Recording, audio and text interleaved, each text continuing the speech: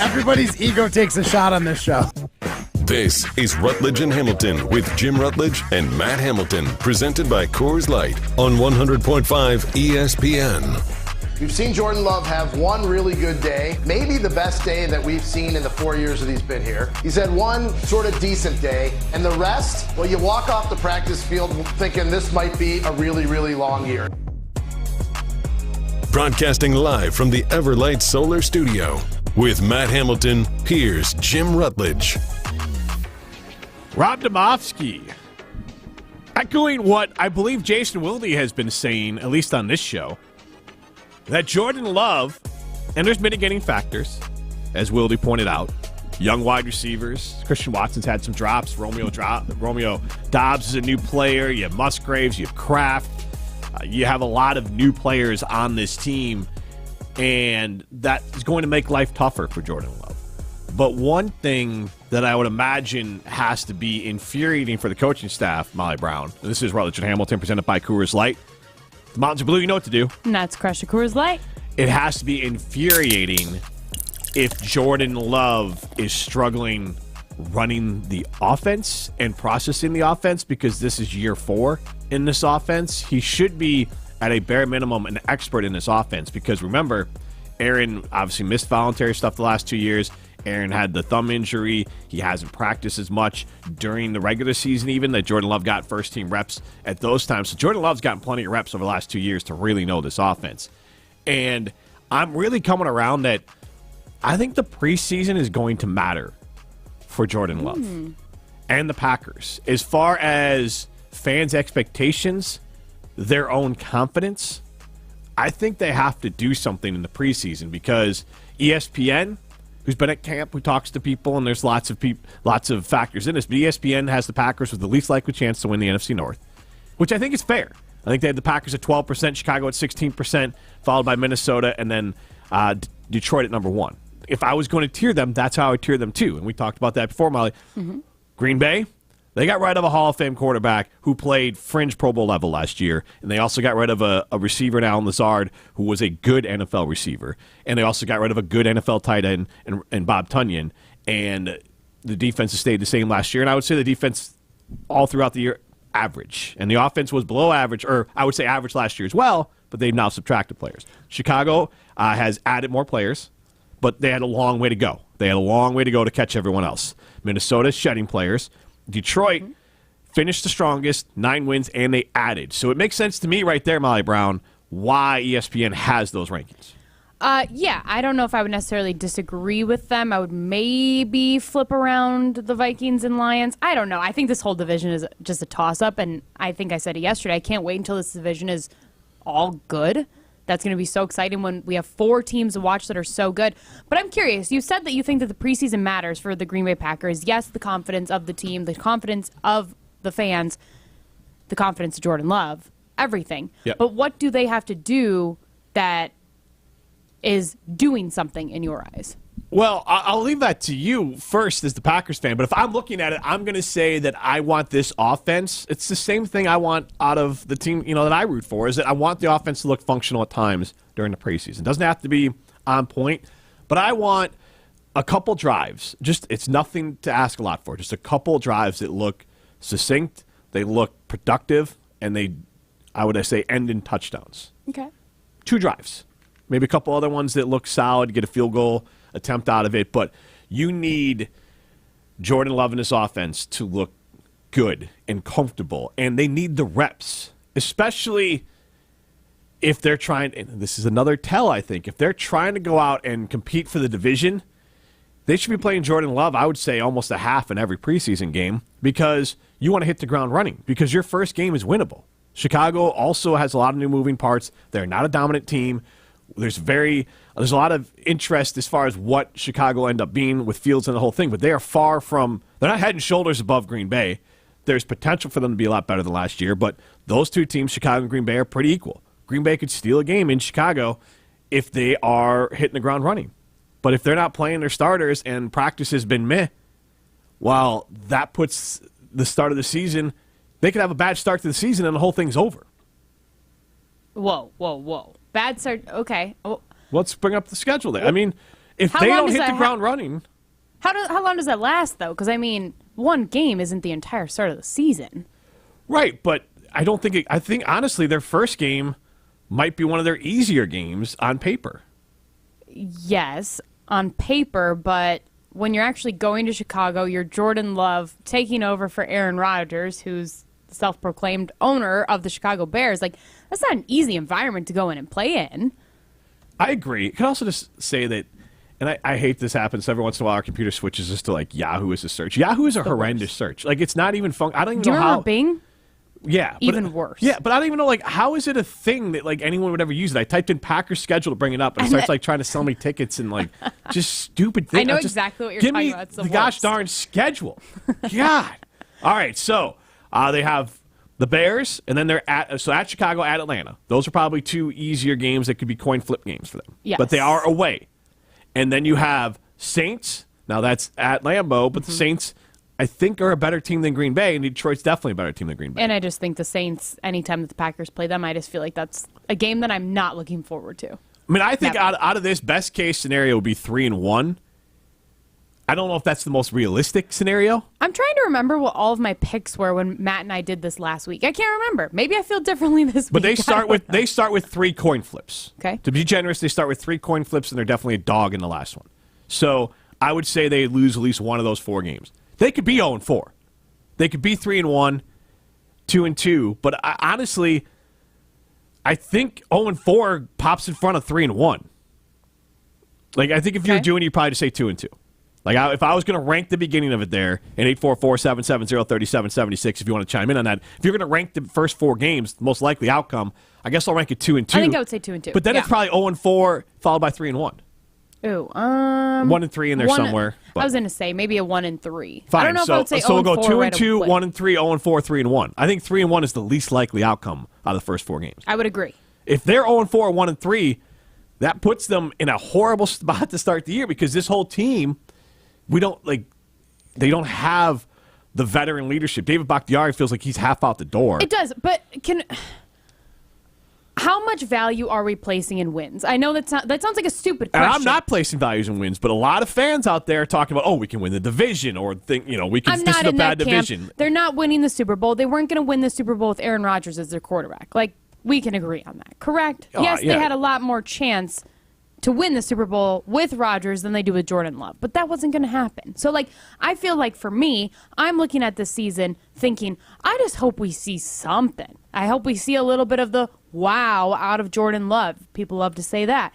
I hope we see the receivers catching balls instead of having Christian Watson drop massively open balls like he did against the Minnesota Vikings last year. I hope we see improvement on all sides of the ball. I hope we see the defense looking better than they have in how long. So I'm not necessarily placing all of my excitement and everything in the wins. If they get some wins, awesome. That's great. But that's not going to determine my entire season with the Green Bay Packers. So chime in on that as well, 844-770-3776. What's more important to you this season, wins or the younger players looking good? 844-770-3776. Because I do think that they can be exclusive. Because I saw that last year with the team that I root for. Exactly. There's players I was excited about, and I'm excited about this year going forward. But that team last year, if I was going off wins and losses, I would have been in a really bad mood. But all I wanted was to see certain players get better, and they did. And it doesn't have to be the stars for the Packers. It could be maybe Zach Tom now looks like the starting center for the Packers. Maybe he looks like a better center. Maybe Yash continues to grow, and he looks like an answer as a replacement for David Bakhtiari. Obviously, Watson grows, and Dobbs grows, and Musgrave and Kraft show flashes, and obviously, I would be more excited about the growth of A.J. Dillon if that's something you want to be excited about on the offense, and then obviously Jordan Love. Defensively, you get Stokes coming back on track. Rashawn Gary looks healthy, and he gets a payday, and Van Ness looks like a replacement for Smith. All those things can happen in the regular season and not account for wins because that's not. Does it all click in one game? I mean, think of the best teams. The Packers were the best. So many things were clicking on all cylinders. When you have young players, the cylinders can be firing during different games. For sure. So you could have Rashawn Gary and Van Ness just destroy a team, Atlanta. Like, Desmond Ridder can't figure them out. But Jordan Love in the offense struggles on the road, and they're petering around and end up losing that game 13-7. Mm-hmm. And you still can be excited about that defense. So if I'm going into this season as a Packer fan, I'm going in watching the individuals more than the team success. I want individual success this year more than team success. Obviously, both are great, but I think I would take individual success over team success because who cares? And I saw this down in Chicago. Who cares if Jordan Love looks like Mitch Trubisky and the Packers win 12 games, but it's all on paper and it's all just going to come crumbling down? Mm-hmm. Because if you somehow put together a magical season because the defense is great, I'm here to tell you that's not sustainable because I've seen it. You can get a random season with a game manager quarterback and the defense looks good. That doesn't repeat itself the following year. It almost never does. And so, honestly, if I'm a Packer fan, the most important thing for me is I want Jordan Love to look like he is special. And right now, and you can win with just a guy, but right now he's looking like an Alex Smith type guy as a ceiling. Not great. It's not bad. It's not bad, but that feels like his ceiling. Alex Smith was athletic. Alex Smith was a first-round pick. Alex Smith was a smart quarterback. Alex Smith ran an offense. It's not that different than this. Mm-hmm. But then you saw what happened when Alex Smith left Kansas City and they put Patrick Mahomes in there. Right. So you could get the reverse here. And that Kansas City team was loaded. You could get the reverse. Aaron Rodgers leaves this off, and it's not the same offense, but Aaron Rodgers leaves this offense, and it could regress back to the Packers could be a team that is now worse than they were. And Mahomes unlocked everything with the Chiefs that Alex Smith could not unlock. Well, Aaron, could be the reverse. Jordan Love's going to lock it all up. You're gonna struggle to score points because you're not going to have the big splash plays. You're not going to have these amazing these amazing throws that we all love, that we all see from Aaron Rodgers, standing on his tippy toes, and even last year, and the no-look throws, and he was a football god as of only 2 years ago. Mm-hmm. That's all gone, and to assume it's coming back with a different quarterback is nuts. Now, you could get different, respectable quarterback play, but you're not getting likely god-tier quarterback play. Well, and honestly, I think us as Packer fans have been so spoiled that we do expect the next great thing every single time, and we can't, obviously. But that's why I asked the question yesterday of, don't you think it's going to be perfectly fine if Jordan Love ends up being just a really good game manager? Like, if he has the other guys that he can depend on to carry the team, if he's a good leader, if he's able to do the clock management, if he's able to just see the field, everything, and just manage the game, he doesn't have to be a superhero like Rodgers and Favre were. He could be Brock Purdy. Yeah. Similar offense. Now, the defense isn't there, or at least it doesn't look like it on paper. But let's play it out as Brock Purdy, which I give you. But what's the difference? And this is what I was getting at last year when I asked this question. So then you're San Francisco where you get to the game, or you get far and you win these games, you just don't really have a chance to win them. But we were doing the exact same thing with Aaron Rodgers. I agree. So maybe it's not a downgrade. Maybe it's just a different way to get to the end of. Now, there's consistency that lacks there. That's the big thing you'll see, whether it's the Ravens who have won without a star quarterback or obviously the 49ers who have won without a star quarterback, that when you don't have the star quarterback, you can't consistently feel like you're always going to be in it because it's just they could just be Jimmy Garoppolo with 49ers. They were up and down, and they tried to replace him with Trey Lance. And obviously the Rams up and down, they replaced him with Matthew Stafford. So if Jordan Love is Brock Purdy or that guy, he's likely a placeholder because those teams always look to replace that guy to get the Aaron Rodgers in there. That's true, but how many teams are successful at that? We talk so highly of Aaron Rodgers because a player like him is hard to come by. Right. No, and I agree. So, I mean, you could do worse than, let's say Jordan Love turns out to be Alex Smith or Jimmy Garoppolo. You could do worse than that. For sure. But then you're always chasing to do better because you're always going to come up short. Now, again, you always came up short with Aaron Rodgers, so it could come out in the wash. But I know there's a different feeling of when you got just okay quarterback play every game, and maybe this will be more exciting, every game is tooth and nail because you just don't have that magic ticket to unlock just amazing plays. It doesn't mean you're right. It doesn't mean the team can't be good in the long run with Jordan Love, and they can't win with Jordan Love. But it still goes back to that paycheck then, too. You got to pay him the proper amount. Because if you're paying him a ton of money, that's going to hurt you, too.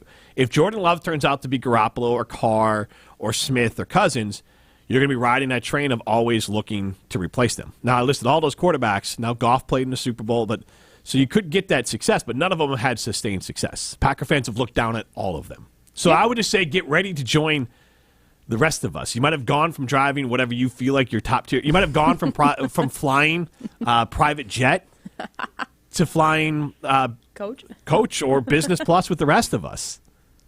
And that's just the reality of it. That's probably the best way to describe it. That doesn't mean you can't get to the same destination. Doesn't mean you can't have a good flight. Doesn't mean you might get a free upgrade to first class, and first class might be pretty dang great.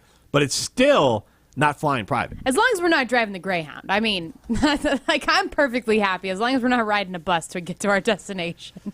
And everybody else on a plane. 844-770-3776. After some of the negativity around the Packers in training camp, has it affected your expectations for the Packers season? Right now, 64% of you say, nope, still fine. And then 404 chimes in, how do you temper your expectations if you're expecting them to be a young, rebuilding team? It is what it is, man. And I agree with you there, 404. That's a fair point. I think Ryan did a good job, as Ryan Wollersheim is behind the glass at the Everlight Solar Studio, of asking, feeling pessimistic or still feel fine. So I guess you would just say 404. I'd vote that as like you're feeling pessimistic. Yeah, I mean, it's hard not to feel pessimistic going into the season when you know, like you guys said, you lost the Hall of Fame quarterback. So it's going to be a natural, like Jim is saying, regression to the NFL mean, right? Like regression to what every other fan base has had to deal with. But going into what this training camp was supposed to be, starting to see development out of Jordan Love, it almost feels like it's gotten worse, at least from my opinion. And that's how I feel if I had to answer the poll question.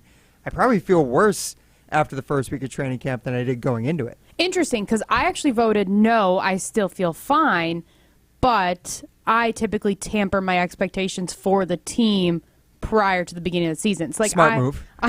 Son, I can't get my heart broken nearly as much, but I mean, still end up heartbroken, but I feel like I entered into training camp, and I'm still in training camp where I'm like, I'm not expecting greatness out of the guy. I'm not expecting greatness out of the defense. I'm not expecting greatness out of the offense. I'm not expecting greatness out of Matt LaFleur.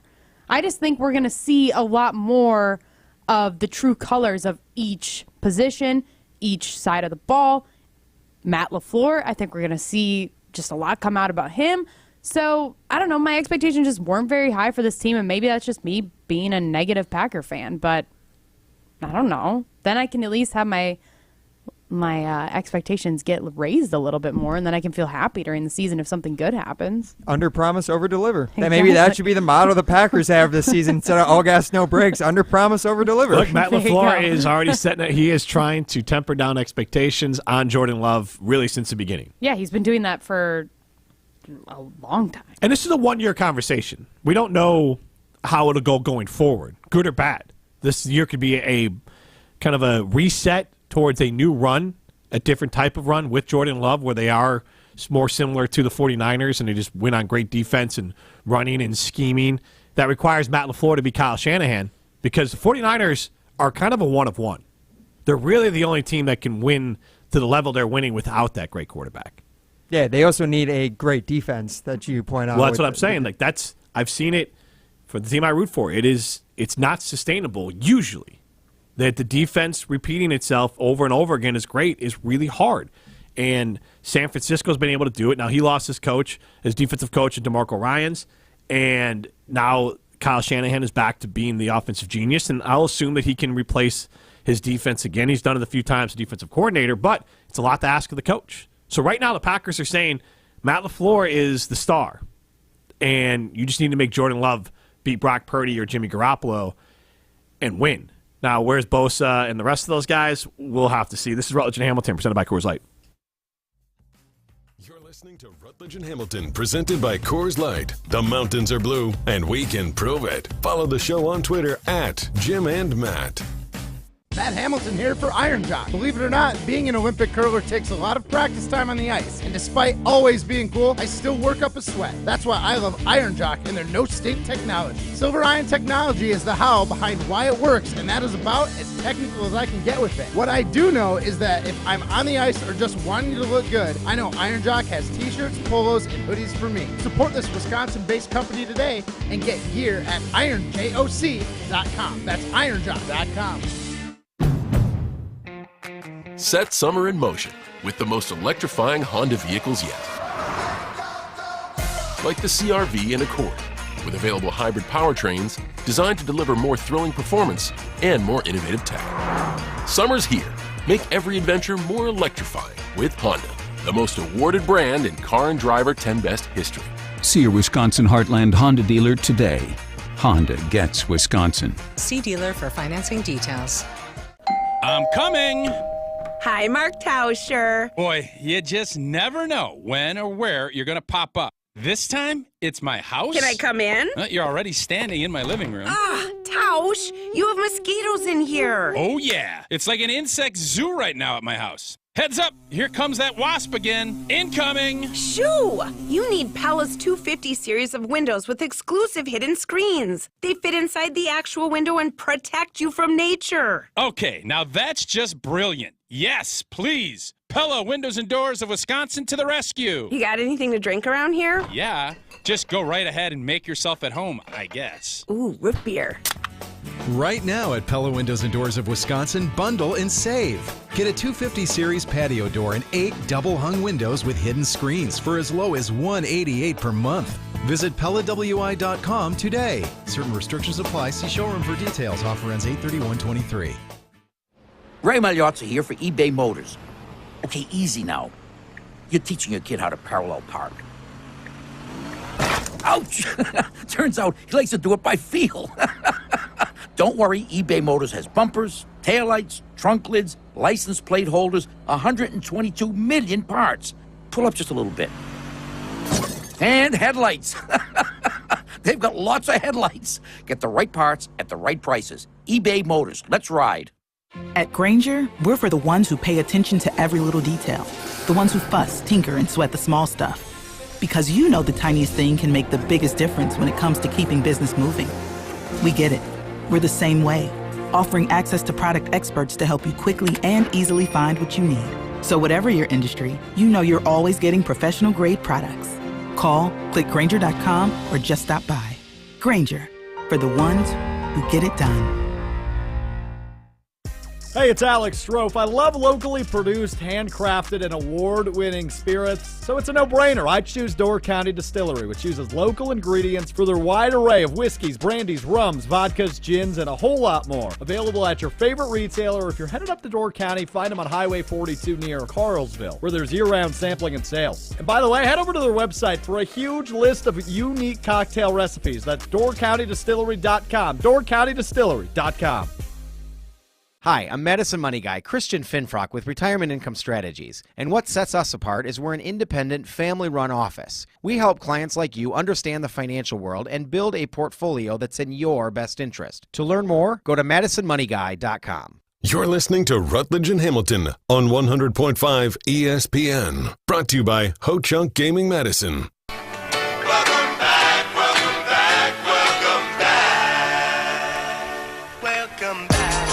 So this is not necessarily a make or break here, but they do want to make sure that Love has shows some progress so that they know that they have something. And if no one's getting fired this season, no one's getting run out of town.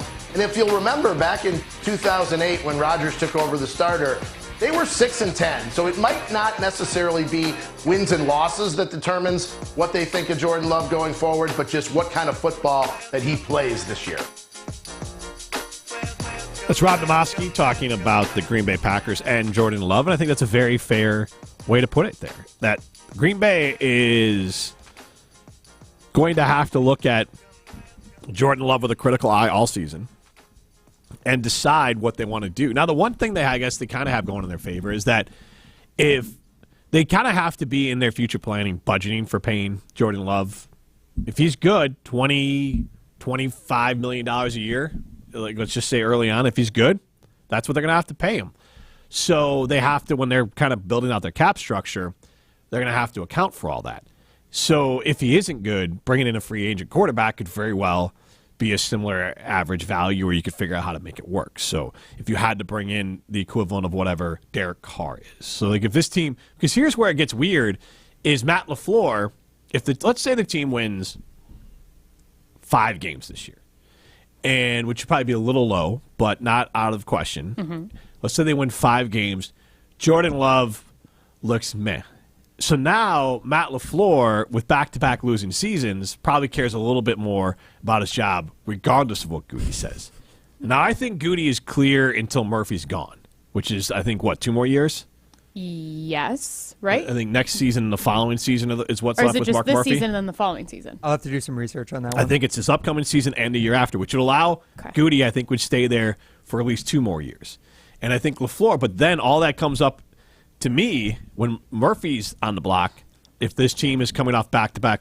So this, like the timeline, as you look further, nobody's on a hot seat now. Rob Demovsky's right. But if they don't win this year, regardless of what it looks like, you win 5 games this year, even 6, it's back-to-back losing seasons. If Jordan Love looks, maybe he's the guy. Well, Matt LaFleur is going to push to bring in someone behind Jordan Love that's not Sean Clifford. He's going to say, well, if I don't know who it could be. It could be a Jameis Winston type. It could be a Mariota type. It could just be someone who's at least won NFL games. But you're going to want to cover your ass if you're Matt LaFleur. Like you just want to have someone who is a capable and who knows who will shake out. It's like someone will shake out. It won't be a star, but it could be someone that shakes out that says, "Hey, Jordan Love's still our guy, but we might draft someone in the first round and maybe have a veteran, or maybe they just take a high draft pick on that quarterback." That's a bigger statement against Jordan Love. But let's say they don't want to go that far. They're still going to bring someone in to say, like, okay, we're in a safe position because you can't have 3 losing seasons in a row. And so this year, they're staring at 2 losing seasons in a row, right in the eyes.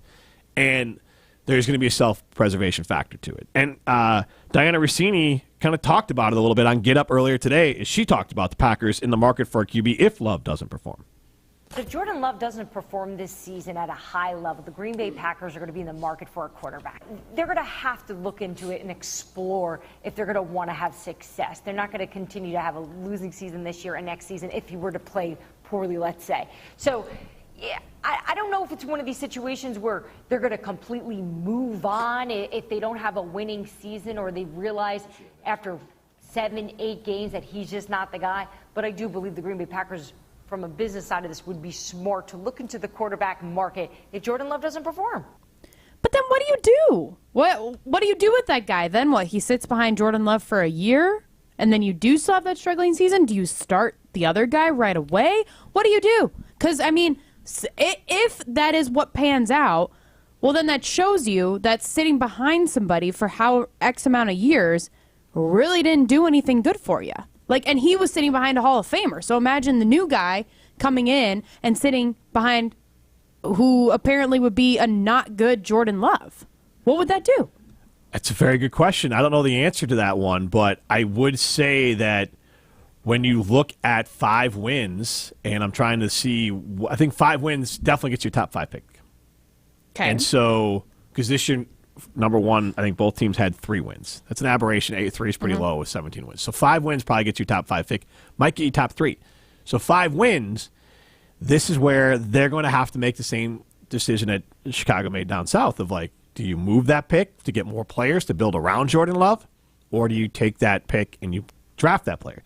If you draft that player, Jordan Love is on the clock immediately. If you draft a quarterback 5th overall, 4th overall, 5th overall, Jordan Love's out, essentially. Like, he is on his way out the door. But then do you keep him as your backup then? You probably ride. so It's an affordable. Yeah, you just ride out the deal. It's like you're going to make the rookie come in and earn the job, but by drafting that quarterback that high, now if you draft the quarterback with your Jets pick, you're kind of hedging your bet there. That, yes, it's still a first-round pick, and I think they would just do it differently. Like if Jordan Love had a renaissance season, let's say he's this year, and then has some sort of resurgence and just really looks like the guy the following year, following maybe the Daniel Jones sort of arc there. But even that, do you want to pay Daniel Jones? Like, this is where it gets weird with Jordan Love. It's kind of required for the Packers to know a lot about him and make a decision on him after this season. Now, it's a big how much do they want to hedge their bets on him? They take a quarterback with, let's say they don't have a good season. They take a quarterback with their pick, with their highest pick. They're saying that Jordan Love ain't it.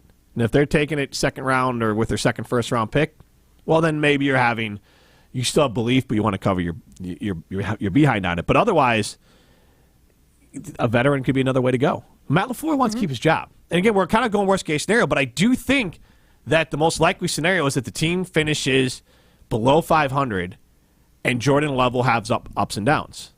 If you were placing a bet, you'd say Jordan Love looked really good in some games, really bad in other games, and overall he looked like a guy who could develop. Mm-hmm. And so then what do you do? Like, that is the most likely scenario out of this year.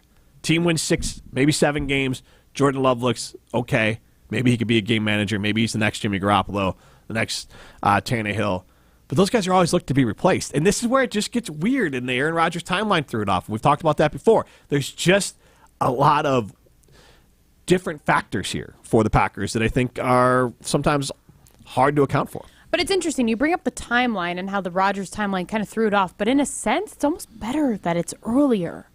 It's like, yes, there's all the financial things with Aaron Rodgers that would have happened if he did stay. Mm-hmm. But, like, we're getting to see Jordan Love another year before he has to sit another year. You know what I mean? Like, because if he was still performing in the way that we're being told that he's performing right now, and he's been sitting for how many years? 3? 3 years, yeah. That if it was another year tacked onto that and we're hearing the same things, then it's like, oh, no. Like, then I think we'd be closer to the Diane Rossini and your idea of they're getting somebody in the draft or whatever. But I don't know. I'm almost... Maybe this is just me trying to be a Packers fan, trying to spin it positively so then I feel better about my team. But, like, I almost feel better that it's happening now. Like, we ripped the Band-Aid off and it's happening, and whatever happens is going to happen. Right. It would have been better if it happened a year earlier. That's true. That's my point. Like, now, you can sell yourself on it, but... I was just saying another year later. It just goes all the way back to Aaron Rodgers if he just would have... been up front and said, like, look, I'm putting a governor on what I'm going to give you. You're only going to get about 80% of what I can be. I'm not going to be the leader I used to be. I'm just not going to do it. And the Packers could have moved on from it.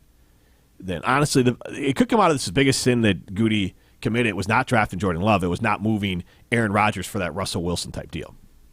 That could have been it. That really could be the deciding factor right there. Yeah. Like, that could be the real nexus point of the Packers having to actually rebuild. Or Jordan Love hits and it all works out. I mean, I've been in kind of the minority where I thought that they were in a rebuild for the last 2 years. Like, that's not insane. You just had Aaron Rodgers that wasn't going to allow you to rebuild. True. Yeah. He was kind of just a roadblock. Right, but now you got to time up the timelines.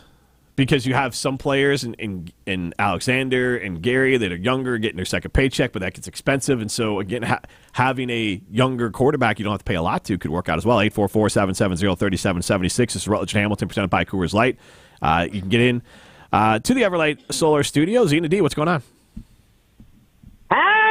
Howdy. Hey. Howdy, boy. And Molly. Hello. Just boys and Molly. Yeah. Hello. So what I have to weigh in here is that you guys are both making great points and stuff like that. I almost see this situation could shake down into a Drew Brees to Philip Rivers situation, where Philip Rivers is drafted, but Jordan Love is the starting quarterback. Philip Rivers stayed a year behind Drew Brees. They kind of decided to go away from Drew Brees and go to Philip Rivers, which he had a decent, good career with San Diego. Never won the big game, but he still had a great career. I can see where Jordan Love, they're like, all right, we're going to get a 9-7, maybe a 7-9 out of this guy. And the next year he can go like maybe 10-7. They're like, oh, we don't think he's it, but we have a guy behind him. So that's where, if they won only 5 games this year and you throw in the Jets pick, you're looking at probably a 5th to 6th pick, maybe 7th, and then you throw in the Jets pick as well. You can move up to like the 3rd or 4th. I mean, obviously, I think the consensus is Caleb Williams is going to go in the top 1 or 2. Mm-hmm. And then after that, you got Mel from North Carolina, could be a top 10 pick. And I don't know anything after that. So there's a chance where they could draft a guy and Jordan Love's still the quarterback for next year. And that guy's going to sit behind him. And the thing that I was listening to about a day or two ago is that Aaron Rodgers takes his pay cut, $31 million, and they're like, well, they could use it to trade for someone. Well, if they're going to trade their first and second round pick, they're going to have to ask the Packers for compensation because they ultimately technically own one or two of those picks, depending on how Aaron Rodgers run a factor for us as well. So, I mean, I'm just saying, I think you draft a quarterback this year, but it just depends on where you're. Like, if you go 10 games in, that's where you're going to find out where you want to draft. If you're going to draft a quarterback late in the first round, I would almost wait until the second round and then just have Jordan Love stick it out and see what you got with the second round or third round quarterback. Thanks, Z. And that's some good points there. I would like to point out that you're going to have to luck out to see who has the first and second overall picks. So I would say today, now it is August 3rd, 2023. What will it look like in April of 2024? We don't know. But Williams from USC and May from North Carolina look like the top two picks. But here's the thing. If you're a quarterback-needy team, I don't care how many picks the Packers give you, you're not going to take it. And so, or let's say Carolina's bad this year. Mm-hmm. Well, Chicago ain't trading you that pick because they have Carolina's pick. Yep. So, like, now you're all of a sudden eliminated. So that's where it could get dicey for them. Now, if it's something where, I'm trying to think of an example here, but let's say What if it's the Arizona Cardinals with that pick? They're not trading it to you. You don't think they're trading? You don't think they would just stick with Caleb Williams? I'm saying stick with Kyler Murray. No, excuse me. No, I mean Kyler Murray's too much of a question mark. Future. So I mean, I was trying to think of a team that has, let's say Houston. Okay, they would trade with you. Houston would be an example. If Trevor Lawrence gets, I hate to put this in the world, but let's say Trevor Lawrence gets hurt and they have the high pick. So, or I'm just trying to think of teams that have young quarterback, the Chargers, like some of these teams that insert AFC South team. Right. Really. Yeah. So if you have a young QB that you feel good about and you have the first two picks, then you're probably willing to move it for King's ransom. But otherwise, and let's not forget, it's going to cost a lot to get there. So, I mean, it's going to cost you a lot. I mean, I think Chicago traded the first overall pick, DJ Moore, and they got Carolina's first and pick this year. And they got it they've swapped picks this year. They got their pick next year and their second round pick next year. I think they got another first rounder into like 2025 or something. Did they get a third round pick too? Maybe. Yes, somewhere. They in there. got everything but the kitchen sink. And that was for Bryce. Yeah. That was for Bryce Young.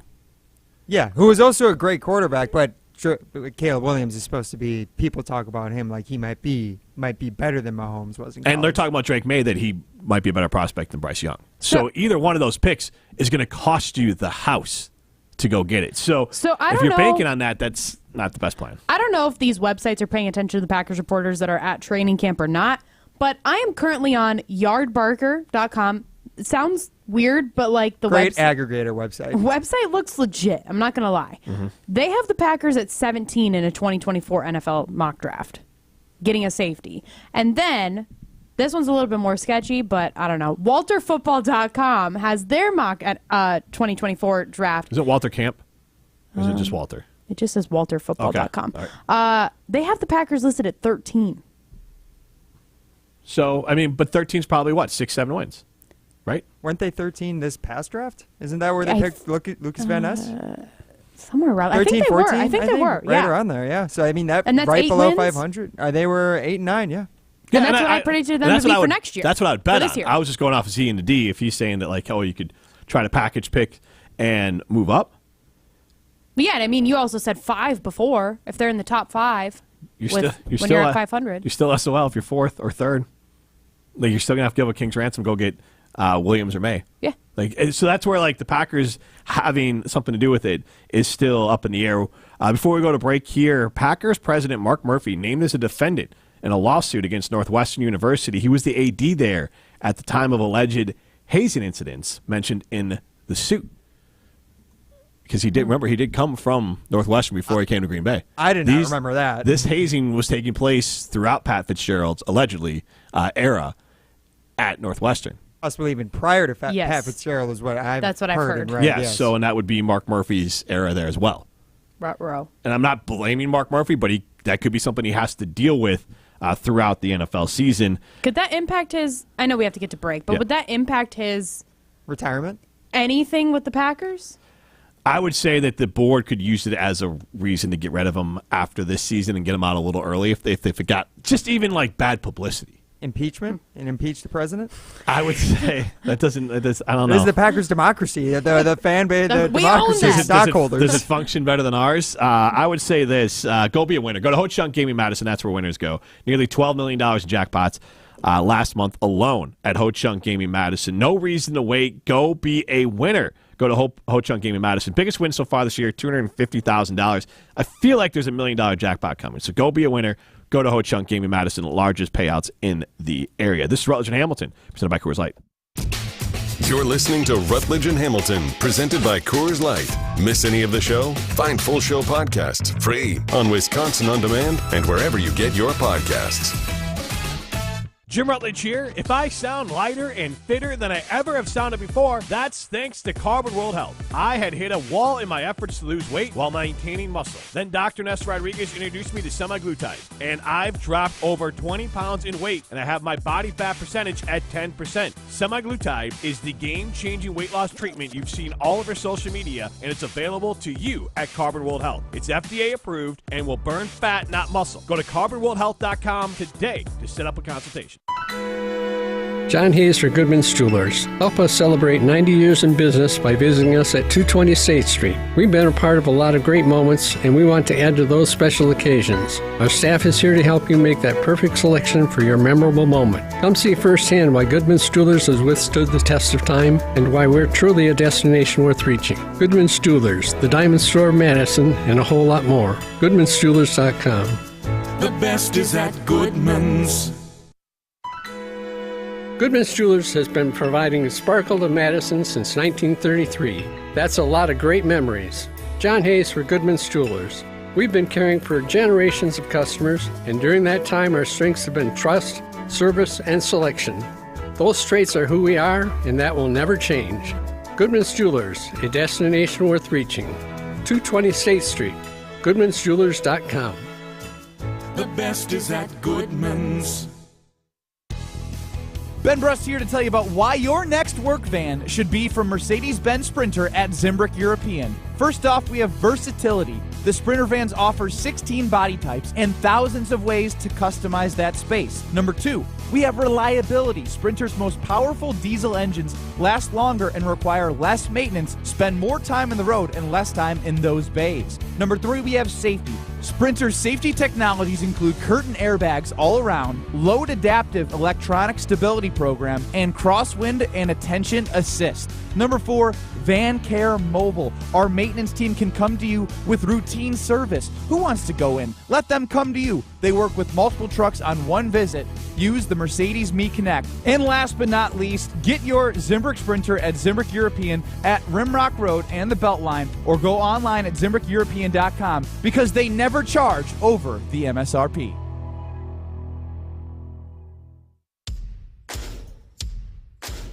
Get huge savings this weekend only during Fleet Farm's Truckload Savings Event. Stock up on all your favorites, like 25 pounds of black oil sunflower seed, just $13.99. 40-pound bags of Superior Premium Grade Hardwood Fuel Pellets, 2 for $10. 40 pounds of Diamond Crystal Iron Fighter Water Softener Pellets, only $5.89. Or pick up a Sterilite 18-gallon storage tote, on sale, just $4.99. We have what you need for your everyday life. Fleet Farm. Breaking news on ESPN Madison is presented by Metro Kia of Madison, Madison's trusted Kia dealer. Stop into Metro Kia on the east side of Madison or visit metrokiaofmadison.com. In the next 30 seconds, I'm going to tell you how to save money and save the planet. It's simple. Ditch your energy bill and make the switch over to Everlight Solar. While electricity prices keep rising, Everlight Solar will give you the chance to take ownership of your power while also reducing your carbon footprint. As a local company based out of Madison, they'll be there with you every step of the way as you make the switch to solar. To learn more about how you can save money and save the planet, go to everlightsolar.com. You're listening to Rutledge and Hamilton, presented by Coors Light on 100.5 ESPN. Brought to you by Metro Kia of Madison, Madison's trusted Kia dealership.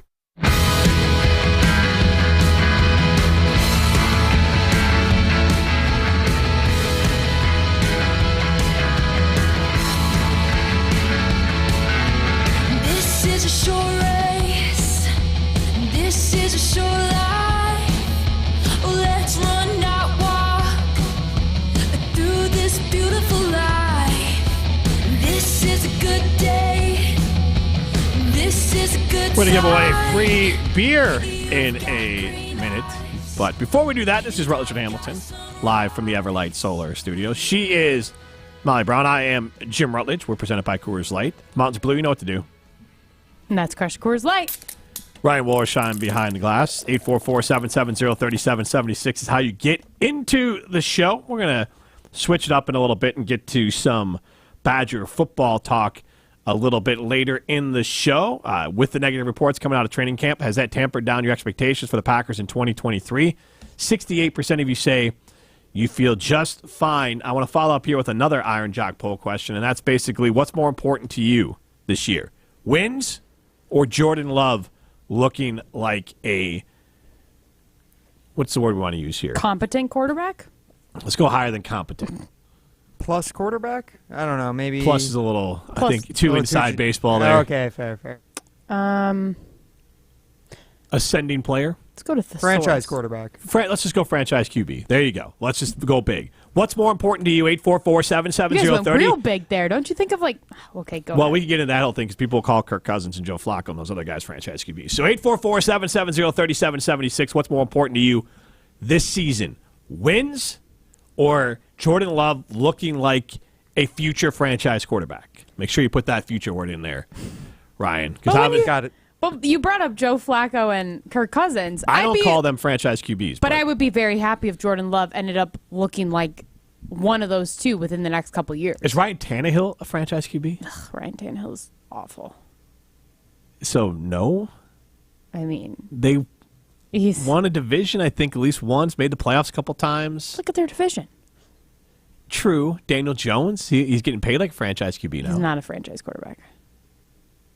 I'm trying to think who else. Was Jimmy Garoppolo? Ooh. See, that's where it gets hard because I think of Jimmy Garoppolo as a really good game manager. Yeah. They've gotten far with him, but that's also because of the coach that's behind him. That's because of the good players that are around him. I don't know. Who? When you first say the words franchise quarterback, who comes to mind? Like who's immediate? Aaron Rodgers, Patrick Mahomes, Josh Allen. Those are Hall of Joe Famers. Burrow, Jalen Hurts. Those are potential Hall of Famers and Hall of Famers. That's why, I wouldn't use the word franchise QB because I don't think there's a lot of them. It's like, for me, there's like, in baseball, there's an ace, there's a number one. There's a lot of number one QBs. And that, that's where Geno Smith and Jimmy Garoppolo and Derek Carr and Jared Goff and Kirk Cousins and these other guys fall into. Number one QBs and Andy Dalton. And you can win some games. You might even sneak a Super Bowl out of it. But a franchise QB, to me, is pretty rare. Just like an ace in baseball. We used to always do this with Ben Sheets back in the day with the Brewers. Like Ben Sheets was a number one. He wasn't an ace. He was too hurt to really be a number one. Corbin Burns could be, I think he's a number one, not an ace. I think, for me, I just have a higher... Everyone grades differently. We talked about this with we do the scores for the office, and you have to account for that. For me, franchise QBs, aces, franchise players in the NBA, there's few and far between. Like the Bucks have one. And Giannis. Yeah. Chris Middleton is not a franchise player. Neither is Drew Holiday because you can't build your franchise and win an NBA title around those players being your best player. Okay, so I actually just looked up franchise quarterback to see if I could get an actual definition because I feel like you said, everybody's definitions of it are different. It says a franchise player, quarterback or otherwise, is a player that due to their skills and popular appeal becomes essential to the organization both on and off the field. They are the face, quote, of the team. Tom Brady is a franchise quarterback. Ben Roethlisberger is a franchise quarterback. That is according to Google. I will give you that. I think Eli Manning had picked that up with the 2 Super Bowls. Like, there's different ways to get there. It's a lot of, the eye test. J.J. Watt was the franchise player for Houston. Yeah? Brian Urlacher was the franchise player for the Bears. Myles Garrett in Cleveland. Yeah. To an extent. Like, right now, Minnesota does not have one. Justin Jefferson is a franchise player. Yes. Okay, I'll give you Justin. You're right. Does Detroit have one? No. Chicago doesn't have one. They want Justin Fields to be, but he could we'll be, see. but he's not there yet. He's not there yet, but he's very close, in my opinion. But I'm not talking about the off-the-field stuff because you're right. But he has to prove it this year. Can he be a franchise player?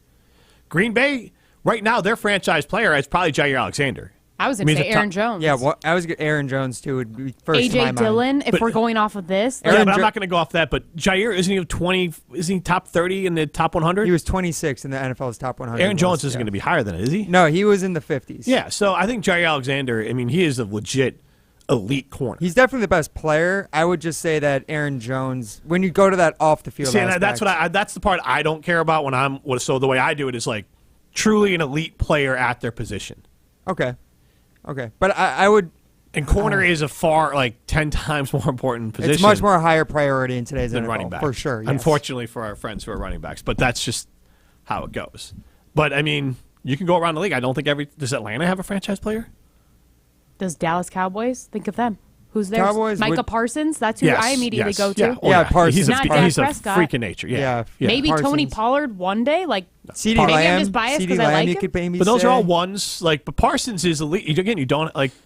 He's in that Myles Garrett category, a defensive player But who now can you look at change the game. Chiefs. I would say they have at least Mahomes and Kelsey. Yeah. But Kelsey's a little older. If you're talking future franchise or like multiple I'm years saying like on the this road, year, but when they've winning the Currently. Super Bowls, Okay, they yeah. had two franchise players. So do you consider Gronk a franchise player? Yeah, absolutely. When the Packers won the Super Bowl, they had Aaron Rodgers, who might not have been all the way there yet, but pretty dang close. But then you had Woodson and Matthews. Yep.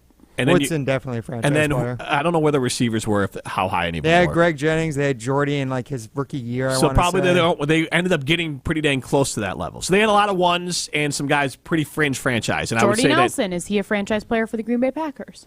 that at his peak, yes. Devontae Adams was too. At his peak, he led the NFL. They both led the But NFL in Devontae touchdowns. Adams always will be, I think. Yeah, I would agree. Devontae's at another rung amongst those guys, For wide sure. receivers at least. Yeah, I don't think franchise means for sure you're Hall of Fame. I mean, Jordy didn't have a long enough run. But he was an elite player at an elite position. So my biggest question mark for like guy right on the edge of that franchise mark, like Derek Carr, like would you consider him a franchise player? No, he's a number one. He's You could win okay. a Super Bowl with Derek Carr, just like I think you could win a Super Bowl with Jimmy Garoppolo or Jared Goff and those guys. Like Joe Flacco did win a Super Bowl, Right. I don't. Joe Flacco not a franchise QB.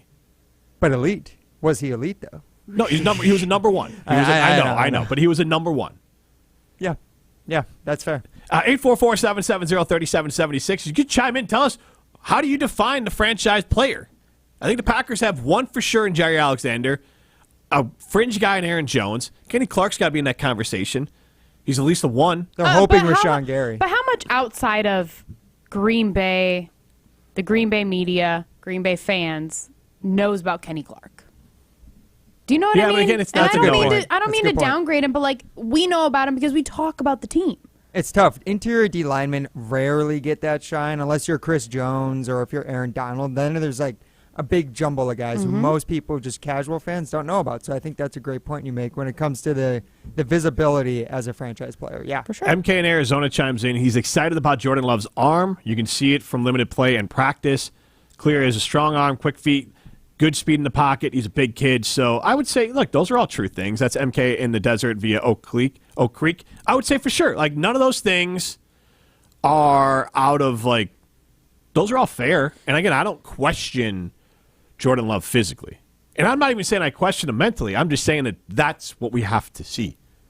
Physically, if you're going off what players can physically do, then what? You're going to have, who's the kid down in the Colts? Anthony Richardson's going to be one of the best in the league. Justin Fields will be one of the best in the league. Jordan Love could be up there. But it's not all physically what you can do. And it's not even working hard or even smart. It's not even those things.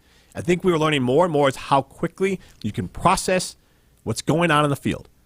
And that can be affected by a lot of things. Pressure. Yep. From defenses, pressure in your own brain, pressure from a million different things. But, like, how quickly can you process those things? You hear about it all the time in basketball, and I think we're starting to apply it here. With the quarterbacks in the NFL. Like, you hear LeBron James or John Stockton or Michael Jordan. Like, they could see things on the court before they even happened. Mm-hmm. And that is elite-level processing and understanding of the game paired with elite athletic ability. And there's only a few. Gretzky, Jordan, LeBron. There's only a few in these sports that can do it. Aaron Rodgers had that. The thing with Rodgers is he doesn't have the championship belts to match those players. And that will always hang over him unless he gets more. Because that's just the rules. It's not but like, Ryan, you roll your eyes, but everyone's held to the same standard. No, I agree. I just think the standard is a bit redundant at times, and I think it minimizes the players and how good they were. But I agree with you. When you're considering whether these guys rank amongst those all-time greats, the ones you just mentioned, yeah, it'll always be held against them. And it is, you have to perform at the highest pressure moments. That's what it comes down to. You're correct. And the standard's the standard. It's the same for everyone. The only time I have a problem with the standard is if they move it around. That's just the way that I kind of see it there. You can get into the show, 844-770-3776. We're going to give away some Lake Louis beer. That's what we're doing right now. So that is exciting. 844-770-3776. We are giving away some Lake Louis beer. So you're going to get the Badger Club, and you're going to get the Lil Louis. 844-770-3776. You're going to get 24 cans of this stuff. The Badger Club and the Lil Louis from our good friends at Lake Louis. 844-770-3776. Caller number 5 gets the case of beer, mix of Badger Club and Lil Louis. It's a new flavor, the Lil Louis. 844-770-3776. Caller number 5 gets a case of Lake Louis beer. This is Rutledge and Hamilton. You're listening to Rutledge and Hamilton, presented by Coors Light. The mountains are blue, and we can prove it. Follow the show on Twitter at Jim and Matt. Rah. Pella Windows and Doors of Wisconsin present your Badger Minute. Here's Alex Strofe. Varsity on Wisconsin On Demand is home to all the latest and best Badgers content on ESPN Wisconsin. Subscribe on Apple, Spotify, Wisconsin On Demand, and wherever you get your podcasts. Tuesday marked the Wisconsin football team's local media day, and a couple highlights included offensive coordinator Phil Longo saying he loves slot receivers. I told my wife, I think the thing I love the most after my wife and my kids are slot receivers. Quarterback transfer from SMU Tanner Mordecai uses 3 words to describe Phil Longo's new offense. Dynamic, explosive, and fast. Badgers begin fall camp this week at UW Platteville. For continued coverage on all things Badgers, visit ESPNWisconsin.com. Badger Minutes on ESPN Wisconsin are brought to you by Pella Windows and Doors of Wisconsin. Schedule an appointment online today at PellaWI.com. Ho-Chunk Gaming Madison, home of the Big Win and Madison Casino Guru, is transforming guests into winners. Making an ordinary day into a big win day is easy with a 95% average payout. And with over 140 daily jackpots, the number of people winning has never been bigger. So what are you waiting for? Escape to Ho-Chunk Gaming Madison for your next big win. Ho-Chunk Gaming Madison. The dog days of summer are here, so wind down with a couple cans of beer from Lake Louis Brewing. Whether it's an IPA, a Pilsner, or a Pale Ale, you can expect a beer that's flavorful, easy drinking, and always ready to roll. Enjoy Lake Louis' classic and award-winning Badger Club Amber, or crack open the new Lil Louis American. With 10 IBUs and 4.2 alcohol by volume, Lil Louis is a lighter, crisper, and a little more refreshing than your standard American lager. Care less and live more with Lake Louis. Enjoy responsibly. Listen to Rutledge and Hamilton every Thursday at 2:45 for your chance to win 2 different types of beer from Lake Louis Brewing. The famous Badger Club Amber and the new Lil Louis American Lager. Lil Louis, it's a crisp and refreshing American lager that satisfies the thirst of everyone seeking that classic American style. Lil Louis also pairs great with the classic Badger Club Amber, an easy drinking lager for easygoing folks. Listen every Thursday at 2:45 for your chance to win some free beer. This month, it's Lake Louis Badger Club and Lil Louis Lager. 2:45 every Thursday. If you want a fresh twist on surf and turf, look no further than North and South Seafood and Smokehouse. Inspired by their time living in the Alaskan Gulf in southern Texas, owners Keith and Aaron brought together unique culinary backgrounds to create a truly authentic American restaurant here in Madison. After expanding to 2 more locations in DeForest and Verona, you can savor smoky, wood-fired barbecue and freshly prepared seafood from around the country. Explore their full menu and dining options at eatnorthandsouth.com. That's eatnorthandsouth.com. Jim Rutledge here to tell you about X Golf Madison, and the most important thing that you need to know is that X Golf Madison is for everyone. Heck, I golf there. Whether you're a seasoned pro, a new golfer, or in between like me, X Golf Madison is going to be fun for you. They have a full bar, excellent service, great food, and the most advanced and accurate golf simulators in the world. You can play one of their 50 courses available, take lessons from a PGA pro, hit the driving range, or even join a league. Stop by their East Madison or Middleton location today, or visit them online at xgolfwisconsin.com. Since 2003, Wounded Warrior Project has helped post-9/11 veterans adjust back to civilian life. Through specialized programs, they begin healing their bodies and minds while regaining a sense of camaraderie. Learn more at woundedwarriorproject.org/possible. Throwback Thursday is presented by Verona's Lake Louis Brewing, concocting your favorite ale for 21 years.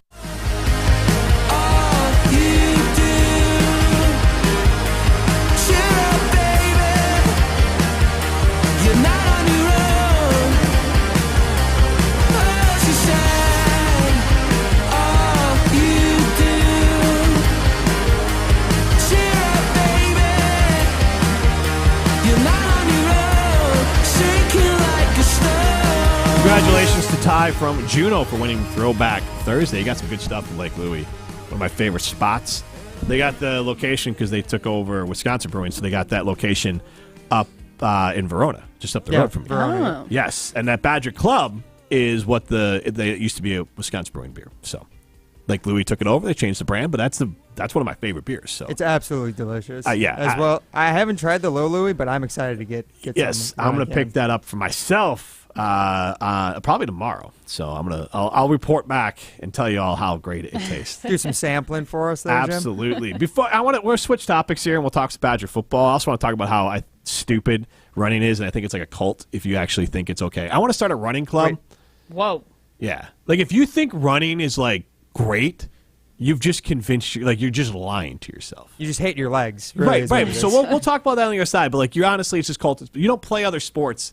Like no other sport, you have to convince yourself it's great. But like running, they have to like speak it into existence that it's good because it stinks. But Pete in Oshkosh chimes in. He has this question: with all the big deals going on in professional sports, since we only have like a couple minutes here, I thought we'd just hit on this. Are we a few years away from a $1 billion deal going down for an athlete? Probably, but good. Like they deserve it. I mean, how far away are we from $1 billion deal? What was the not far? Patrick Mahomes was $500 million. Well, there was that Kylian Mbappe, right? Who got offered that crazy contract from Saudi 700 league. That would make him the highest paid that was soccer for like player a in year. history. Yeah, exactly. For 1 year, the soccer contracts are out of this world. I mean, soccer. When you think about it, it's worldwide. Like it makes sense why those guys get paid so much. It is worldwide, but it's also not. It's still not to the level of popularity, and I don't see it ever will be. I can't see it ever being number one in the United States. At best, not in the U.S. No. At best, it hits 3 behind NFL and NFL and NBA. Especially the NBA is now a global sport as well. Major League Baseball though still has this stranglehold. Even if kids play it less, it's still romanticized. People watch it. It's become now. I think baseball is far more about your one team than, let's say, the sport. I think now people are like, I'm a Brewers fan, and they'll watch the Brewers play, but they're not just like firing up random national baseball games. A big part of baseball, I think, is the social aspect of the sport. More than NBA and NFL, there are diehard fans of people who just want to watch football, just want to watch basketball. I think baseball is more about just going to the park, being with people, tailgating. All those aspects is more the American pastime aspect to it, I think. I agree with Jim there, though. I think soccer would have a long way to go to make up that too, just because there isn't that built-up nostalgia with the sport that there is with other American-bred sports, I guess. Well, and I'm trying to attribute this, and I believe this is I'm seeing if I want to have the attribute the coach to the quote to the right coach, and I guess I won't attribute the quote to the women's soccer coach, but there was a prominent figure in soccer, Carly Lloyd, I think is who. No. So the point what they were saying was that it's hard for, and this is not surprising, hard for soccer to catch on in the United States like it does everywhere else, because everywhere else you just play soccer. What do we do here? We monetize the hell out of it. It's what happened to baseball. Like, we've ruined baseball because baseball now, you have to sign up for all these baseball camps. And if you want to go anywhere, you have to do all these baseball It's an things. expensive sport to play now. Volleyball, it's happened to. It's happened to basketball as well. But, kids, I think, still pick up basketball and play basketball. And it's not happening as much as soccer. Soccer, you're having to, you kind of have to have means pretty quickly to play soccer. And that's not how it should be. The beauty of soccer and baseball and basketball is you just pick up the ball and play. And clearly, there are people with vested interest to make as much money as possible out of that. And that is hurting the growth of that sport. Baseball, yes, you do need organized things, so there's a case made for that. Basketball, you don't. Soccer, you don't. You just pick up the ball and play. That's why it's successful other places. But stickball in poorer countries, that's why are they so great? Because they have to hit I don't know exactly how stickball goes, but it's similar to baseball, but they play it with 5 or 6 kids. Yeah, it's basically a smaller bat they're using too. It's a higher level of difficulty. Right. But we've all been convinced that to be great at something, you have to just spend lots of money at it and go on all these travel teams. Yet you still see I don't believe Tauscher did all that when he was coming. There's still plenty of players who somehow got to be great without all that stuff. It still happens in college. It still happens in football. The kids get there without. They start paying maybe junior, senior year, which I understand that. If you're in high school and you want to develop your skills to get a scholarship, makes a ton of sense. All right, you've now decided. Because I'll just do my soapbox real quick. Kids should play as many different sports as possible, and they should not specialize in anything until I would probably say their sophomore year in high school. That's a good call. I agree. And that's not most trainers will tell you that who are not monetarily invested in trying to get kids to do this, and every doctor will tell you that for their own physical health of the kids. Yeah. Because you're wearing out the same joints Animals over and over mental again. health too. Yeah. But you're wearing out the joints. Yes, then you can start, if you're a great baseball player, maybe you should quit football, you don't want to get hurt. That sophomore year, you played freshman football. Okay, now you look like you might have a scholarship, and fire it up and go for it. You're a great soccer player, and you don't want to blow out your knee playing basketball. Okay, that starts to make sense. If scholarship's on the line there, that makes a lot of sense. But how do you really know what is on the line for you until about that through your freshman year? Typically, yeah. And especially for a sport like baseball, those repeated motions, especially as a pitcher or something like that too. Terrible. And here's the biggest lie they'll ever tell you is that you know who the stars are. You play it, you know who they are. So you're not turning into LeBron James because you bought a bunch of basketball camps. Hey, he got cut from his freshman basketball team, Jim. That's Jordan. Or his JV team. Oh, that was Jordan. Excuse me. But I mean, but the whole point is the great ones could show up when LeBron James could have played pickup ball until his freshman year in high school and still would have kicked everyone's butt. That's just the facts. So greatness is going to find a way in the sport. And if LeBron wanted to play soccer, he'd be the greatest soccer player of all time. Those elite athletes with that elite processing ability in their brains and the elite skills is just going to carry. So your kid's not going to be elite. So I get it, but let them play all the sports and let them enjoy their childhood and let them just build skills naturally. And then when it gets to that freshman, sophomore year and scholarships on the line, scholarships matter. I understand that. But your kid ain't playing professional. And you don't want to burn your kid out. You know how many of these kids get these D2, D3 scholarships, even D1 scholarships, and they're cooked, they're toast by the time they're sophomore year in college? And then you have to pay for the last few years anyways because they hate the sport. Because they've been playing it travel basketball, travel whatever since they've been 9. Yeah, and then you know what they end up doing? They just end up cracking a Coors Light. Sit back. This is Rutledge and Hamilton presented by Coors Light. That to-do list you have needs one more thing. Chill. It's an easy thing to do. Just crack open an ice-cold Coors Light and chill. Take the afternoon off and binge watch anything. Go to happy hour and stay for a couple hours. Who's counting anyways? Or hang out with just your dog because you've had enough human interaction this week. Whatever you do it with a Coors Light. Mountain cold refreshment made to chill. 2020 Coors Brewing Company, Golden, Colorado. Celebrate responsibly. This is Barry Alvarez. Hey, Madison. Pat Richter here. For great coverage of your Wisconsin Badgers, stay tuned to 100.5 ESPN. WTLX Monona, ESPN Madison. On Wisconsin. Broadcasting live from the Everlight Solar Studio, this is your Metro Kia of Madison Sports Center. Yes, it is. And good afternoon, Madison. I'm Ryan Wollersheim, and this is your Sports Center update brought to you by Elkhart Lake, Wisconsin's Road America. The IMSA Sports Car Weekend takes over Road America August 3rd through the 6th. Get your tickets and check out the full season schedule at roadamerica.com. And Packers training camp resumed today after they took a day off on Wednesday. been plenty of negative reports about the offense's performance so far during training camp, especially surrounding quarterback Jordan Love, who's had a few up and down days during team sessions. Here's what ESPN.com's Rob Domofsky said on Get Up This Morning when talking about Jordan Love's up and downs during training camp this preseason.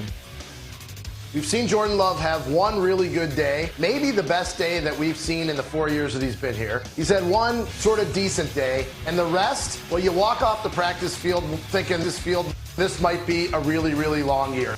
Stay up to date on everything green and gold this coming season over at ESPNWisconsin.com. The Milwaukee Brewers also dropped the final game of their series with the Nationals yesterday. They now open a new 3-game series versus the Pirates from AmFam Field. First pitch set for 6:15 p.m. Adrian Hauser set to start for Milwaukee.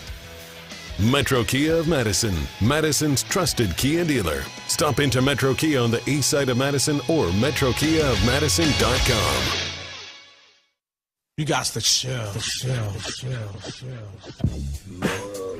Everybody's ego takes a shot on this show. This is Rutledge and Hamilton with Jim Rutledge and Matt Hamilton, presented by Coors Light on 100.5 ESPN. Or she doesn't have a lava lamp. She has like this jellyfish lamp that like these jellyfish bounce around in. So her very psychedelic.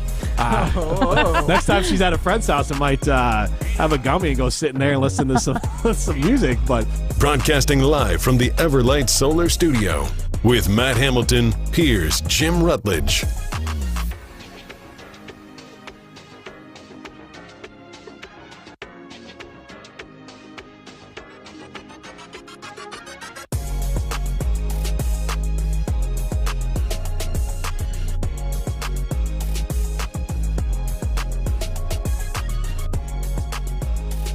So I said it earlier, and this is Rutledge and Hamilton presented by Coors Light. Jim Rutledge, Molly Brown with you, live from the Everlight Solar Studio.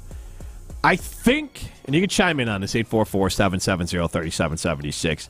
I think if you think running is anything but a necessary evil, I think you're just lying to yourself. Like, you've created this cult mentality of running is somehow great or elite or special or life-affirming. Like I'm running now 2 to 3 times a week, 3 miles. So it's nothing great, but like every time I just tell myself I want to be in better shape. And so if I can't get to Carbon World Health, I'll go for a run and I'll suffer through it. Mm-hmm. And my knees will hurt, my ankles will hurt. I'll be bored to death the entire time, no matter what I'm listening to. And I'm just running thinking, dear God, am I hit my 3 miles yet? Because this is just torture. And it's a little fun competitive-wise to like try to trim some time off. But honestly, the biggest thing I struggle with running is more of like, I'm so bored, I don't even realize the pace I'm running at. Like, I just try to check out mentally because I think it's one of the dumbest things out there, just like riding a bike. And I think you have to convince yourself it's great because you know in your heart of heart, it's stupid. Like, nobody playing baseball has to be like, oh, look at this life affirmed. Like, you have to, like in running, they make up these things like you run a marathon and now your life is affirmed. You can just play baseball or soccer or any of these sports and it's just fun. Like, that's it. Like, you just play it. Like, it's fun. Like, nobody has to make up other life affirming reasons you play the sport. But for running and cycling, it's like, oh, but it's also like another, it opens up your mind, or you've proven you can do it. No, it sucks, and you're just trying to find a reason you did something stupid because it sucks, and other people want to bring you into this sucky thing, and so they tell you it's all these things, and it's not. It's stupid. It can be necessary. It's healthy, but it's obviously probably one of the worst things you can do for your body, too. You beat the hell out of it.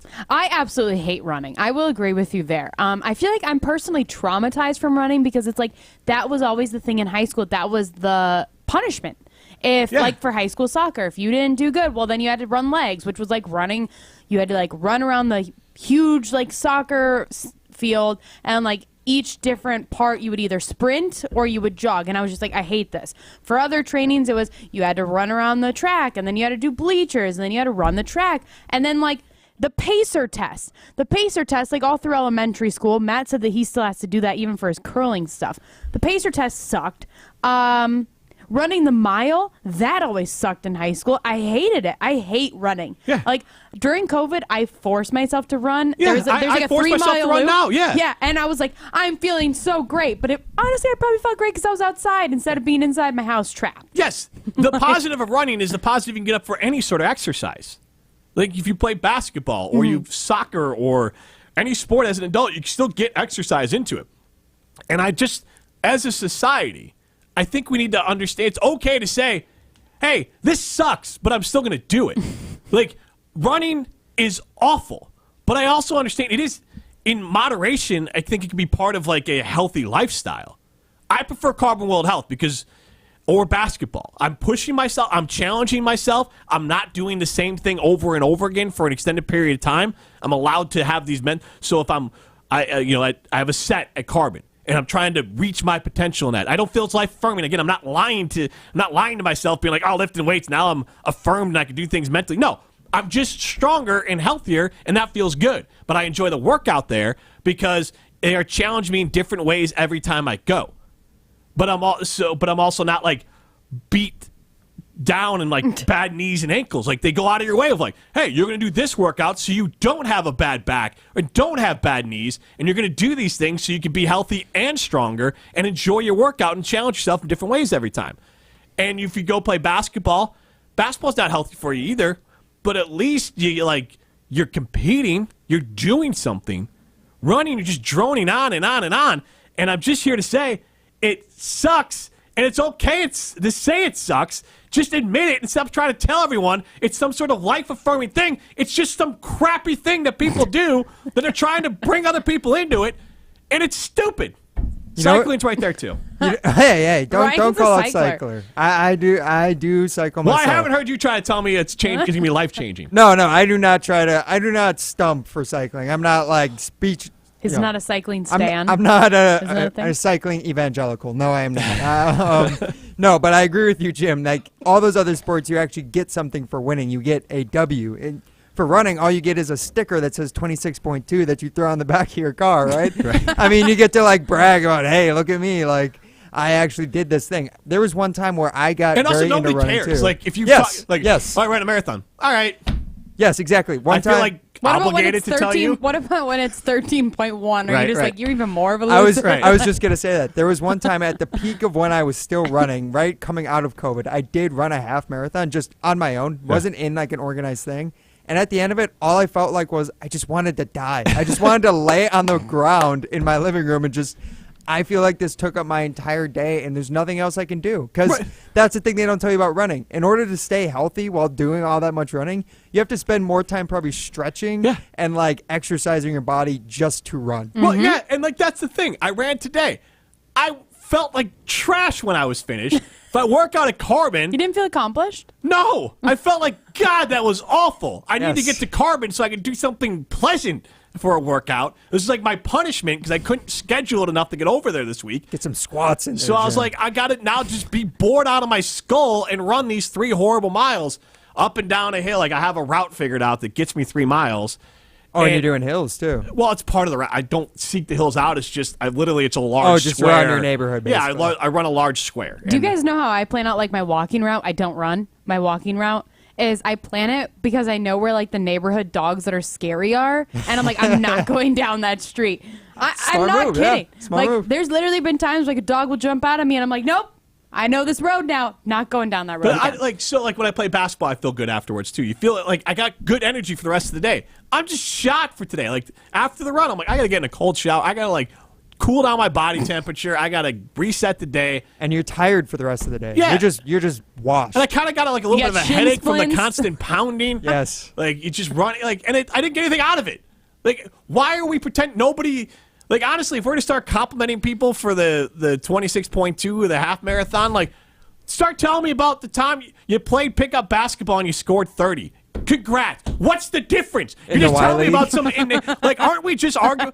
We're just telling you about some inane... Shirt versus skin. Right. Yeah, but exactly. But all it is That's some... a 40-year-old man. Right, but it's some inane, stupid, arbitrary number that we've decided to compliment people on. I'm a man. Right? I mean, what's the difference Okay, between when people do 26.2... Okay, if someone played basketball for 2 hours, do they get a sticker then?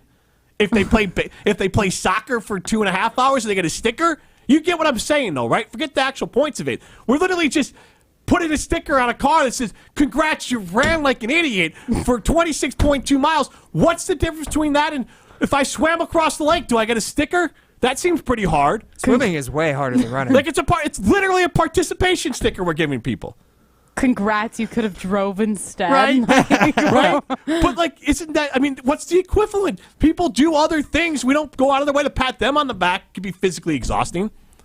Right? Yeah, I can't think of another equivalent. There's not many. I mean, I want one now. I want like a basketball one where it's like, hey, you play basketball, and if you play for 3 hours, you get a sticker. It just says 3 on it. You get like a trophy for your CYO league. Right. I don't know, yeah, like no, your but rec league. I don't care any of it, because obviously for running, it doesn't matter how you ran. It could have taken you 7 days to finish a 26.2. They're still going to give you the dang sticker.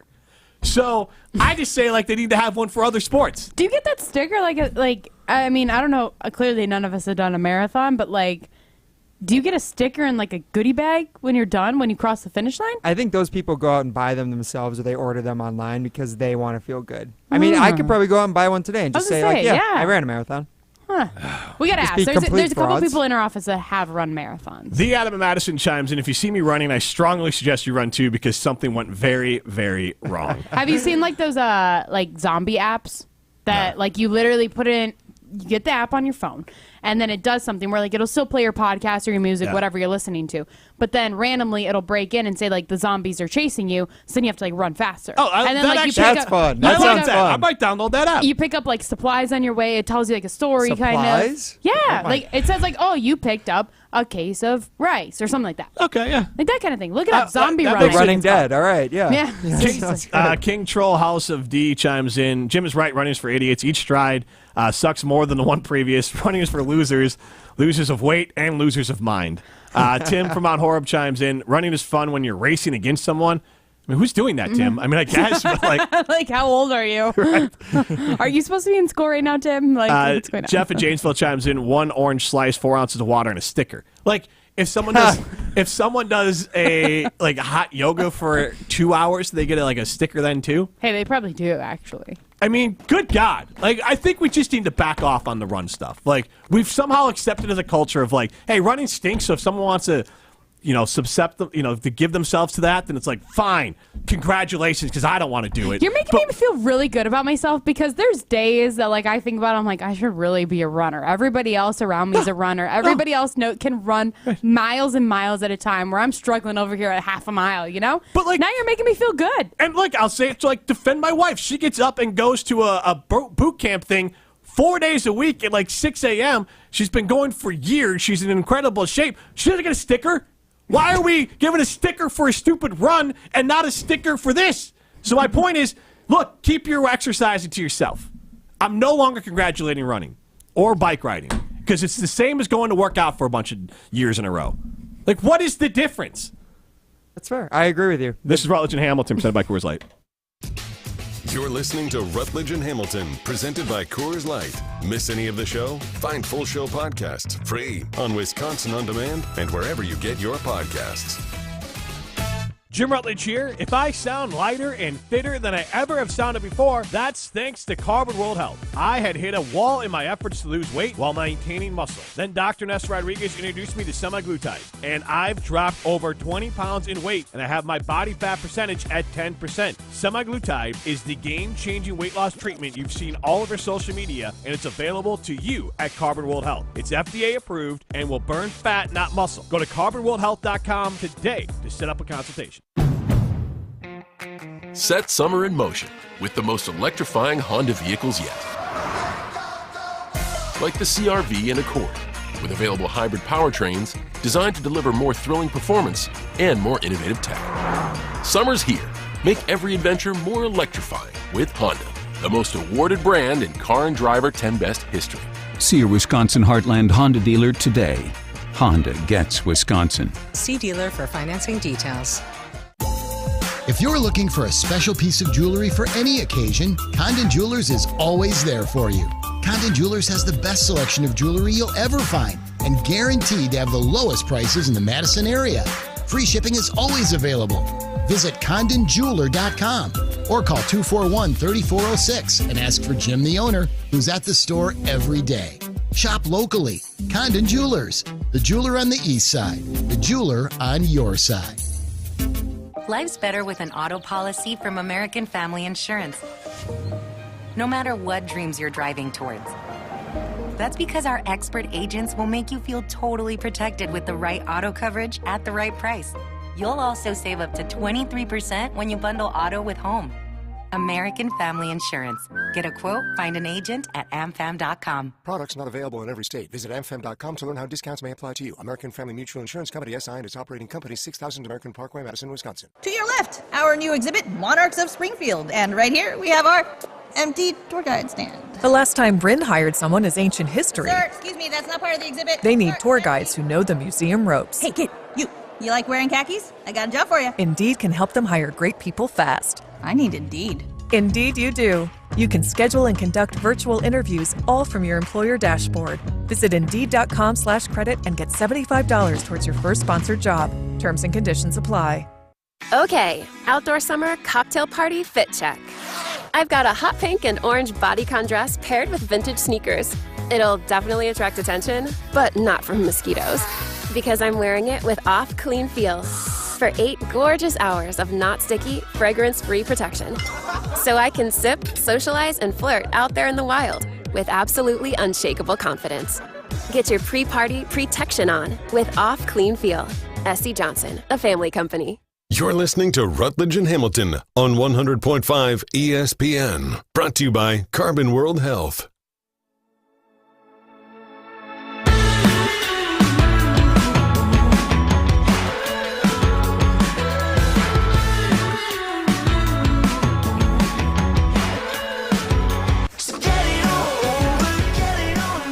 Quick question for you, Molly. Do you play video games with your sons? I do. So do you play like Madden? I avoid playing Madden because I suck at it. So when you're playing other games or you're playing against them, do they take it easy on you? Do you take it easy on them? I don't know who's better. No. They don't take it easy on me, and I don't take it easy on them. They are better at every single video game. So Kyle Brandt with the NFL Network just tweeted this out. Playing my 9-year-old in Madden, and the score is 100-0. He beat his son, his 9-year-old son. There's no way. Shout out to his 9-year-old son if he finished that, because there's no way my kids, and I wouldn't blame them, would still want to be a part of me just beating. Nor would I want to be a part of 100-0. I would just get bored. Yeah, sometimes a rage quit in those situations is the healthiest thing you can do. Right. Just walk away. Just walk away. But I will say we're playing. I'm playing it more than my daughters, but the FIFA game. Love playing FIFA. And it's mainly because they're still better at it. Allows dang it. You can start at a very entry level. So she can play this sports game, and they have some of the training stuff, so she can just do that thing and kind of learn the controllers. Because right now she's only played Lego, Avengers game or Lego. Games, yeah, so she's learning them some, but this is a way that you can play a sports game without it feeling impossible. The NBA 2K game is, I can barely play it. It's too hard. I'm just I don't need to do 7 things to do a spin move. What happened? Yeah. You got to click 3 things at once. And I'm I literally only have 2 hands here, people. Right. We're using our trigger fingers and our thumbs. Right. I Madden still works because I can play that. It's but some of these games now, or even some of them, I try to play a Star Wars one. I'm this is impossible. You get stuck in these things, or you constantly getting killed, and I'm I can't. I'm just done. So I can only play Madden. That's about it now. And FIFA. I don't know if either of you guys have them. Oculus. So the VR headset. I've seen yes. So it gives me the worst headache. I avoid playing it at all costs. It's just not my jam. I get motion sickness, all of it.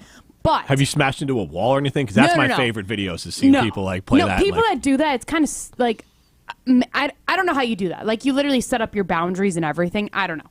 But there's a game where you can play on an NFL team, and you get to be the quarterback. And I'm actually pretty good at that. So, moving like a quarterback and everything, I can do it. In a VR headset? Yeah. I've seen those commercials. Those do look so cool. Yeah, the commercials make it look cooler than it is, because I think there's only so much they can do with, graphics and stuff. But it is pretty fun. And, I think I'm better at that than I am at Madden, because you kind of get more of, the actual timing of it, of your throw and everything, because you can feel it. You can see the guys rushing at you, too. So, you just feel yes, okay, my receiver's open. I can throw the ball now. We're Madden, for me, sometimes I'm when do I click X? When do I click the route? Which route? Exactly. Which route was I going to do? I don't know. Madden just confuses me. So Could you bring this VR headset into the office? Totally. We got to get everyone in the office for sure. playing this. I just got to bring the charger because the life on these things sucks. Probably. Yeah, I'll be honest, though. I'll bring it in. Honestly, I'll try to bring it in tomorrow if I remember. Okay. I'm intrigued. I'm going to hold off for a while because I think it's pretty dang expensive. But like that Apple thing that's coming out. What? Where Apple, it's like a VR headset, but so we can watch things, but it's going to be kind of immersive. So it'll have like surround sound. Watch games like sporting events. Yeah, so like that'll be, and I don't know if at some point games will be a part of it. Maybe at some point, but that part for like being able to see movies or games in like kind of an immersive setting is an interesting idea to me. And if someone's going to pull it off, I'd bet on Apple pulling it off. So I am intrigued by that. Apple Vision Pro. Yeah, I think it's very expensive, so it's not high on my list. But at some point, if it's actually as good as they say it could be, then absolutely. They look like ski goggles. Or like snowboarding now, goggles. The problem with all these goggle sort of things is that they're just not social. It's not like my wife and I are going to sit on the couch and strap on these goggles and watch a show. You know? Oh, these are made for very lonely people like me. Yes, 100%. with its posters and his my entourage futons. poster, my finisher beer. Yeah, all those. Yeah, exactly. Yeah. So my solo, my futon that fits one person. I think his Oculus headset might be a red flag. You were asking for him yesterday. Right. Yeah. God, what are you watching on these? Hey, okay, I didn't say what I was watching on this. I just meant solitary gaming is what I was talking about. Is that what we're calling it now? Yeah. Is that the new? I'm beating the horn for solitary gaming. Yeah, solitary gaming is a lovely new euphemism for that one, Ryan. I never heard that. So you can solitary game all you want. There's no judgment. There's no judgment at all. Judgment-free. Hamilton. Yes, I might judge, but I won't judge you for that. What you do in your own Jim just privacy, wants to be 20 you just again. do what you want to do. Look, I want to get to throwing stones. If this is not a throwing stones, we'll take a break here. We'll just do it in the next segment. But you can now buy beer. Dang it! It is in there. It was going to be in throwing stones. Okay, well, I wanted to make sure. I'm going to break news. We'll talk about it on the other side here. You can now buy beer during University of Wisconsin games at the Kohl Center. Wow. And that used to be reserved to just those in suites and club seats, but now it'll be expanded to the general public. And I'll tell you this was supposed to happen last year. It didn't, so I am happy it is happening this year. Because I remember I was told it was going to happen, and the first Badger game I went to, I'm like, where's the beer? And they're like, oh, it's not here yet. It's like, well, it was supposed to be here. I was told it was coming, but it's the state of Wisconsin. Come on. It got bumped back a year. But it'll be, I think, seltzers, wine, and beer. And I think this is a great idea. I don't understand. Like, it was such a stupid hill to die on. Yeah, let's get into it more next. Yeah, this is Rutledge and Hamilton, presented by Coors Light. You're listening to Rutledge and Hamilton, presented by Coors Light. The mountains are blue, and we can prove it. Follow the show on Twitter at Jim and Matt. Olson Toon has been customizing both residential and commercial outdoor living spaces since 1997. Matt Hamilton here from ESPN Madison. For over 50 years of combined experience in their management and design teams, Olson Toon has become one of Wisconsin's premier building and landscaping outdoor living firms. Landscaping and maintenance, irrigation, concrete work, pools, and more. If you have an outdoor living need, Olson Toon is here to help. Go to olsontoon.com to get started on your home project today. That's olsontoon.com. Hi, this is Lee, inviting you to Ruth's Chris Steakhouse in Middleton. We got a great happy hour every day of the week from 4 o'clock to 7, and our patio during the summer is open too. If you're getting married, special occasion, a birthday, anniversary, or even a business meeting, we've got all the accommodations right here at Ruth's Chris Steakhouse. You work hard and sometimes you're not sure what you want to do, where you want to spend your money. I want to encourage you to come into Ruth's Chris Steakhouse and say hello. It'd be a pleasure to meet you. You want to feel important. You want to be a part of something bigger, something that matters and can help change things. You want to feel like you belong. We know. We felt that way too. And that's why we did something about it. We aren't just Army National Guard soldiers. We are normal people just like you. And together, we can make a difference. Take on your legacy. Visit NationalGuard.com to find out more. Sponsored by the Wisconsin Army National Guard. Aired by the Wisconsin Broadcasters Association and this station. Set summer in motion with the most electrifying Honda vehicles yet. Like the CR-V and Accord, with available hybrid powertrains designed to deliver more thrilling performance and more innovative tech. Summer's here. Make every adventure more electrifying with Honda, the most awarded brand in Car and Driver 10 Best history. See your Wisconsin Heartland Honda dealer today. Honda gets Wisconsin. See dealer for financing details. Since J&K Security Solutions opened in 1987, our attention to detail and customer service have been our strongest assets. I'm Vice President Jeffrey Beckman. We'll always do our best to find the most efficient and cost-effective solution to every job we tackle. Whether it's security for your home or business, installing video surveillance, or being able to control your garage doors from your phone, we can help you feel empowered with simple and user-friendly technology. Let's work together to secure your home or business. jksecurity.com. We tend not to think about right now, but right now in front of us is victory over cancer. Right now, cancer research funded by the V Foundation is leading to better treatments and saving lives. When you give to the V Foundation, 100% of your donation goes directly to game-changing cancer research. Victory over cancer is there for the taking. By you. Donate at V.org. Because today's cancer research is tomorrow's victory. Don't give up. Don't ever give up. You're listening to Rutledge and Hamilton on 100.5 ESPN. Brought to you by Ho Chunk Gaming Medicine.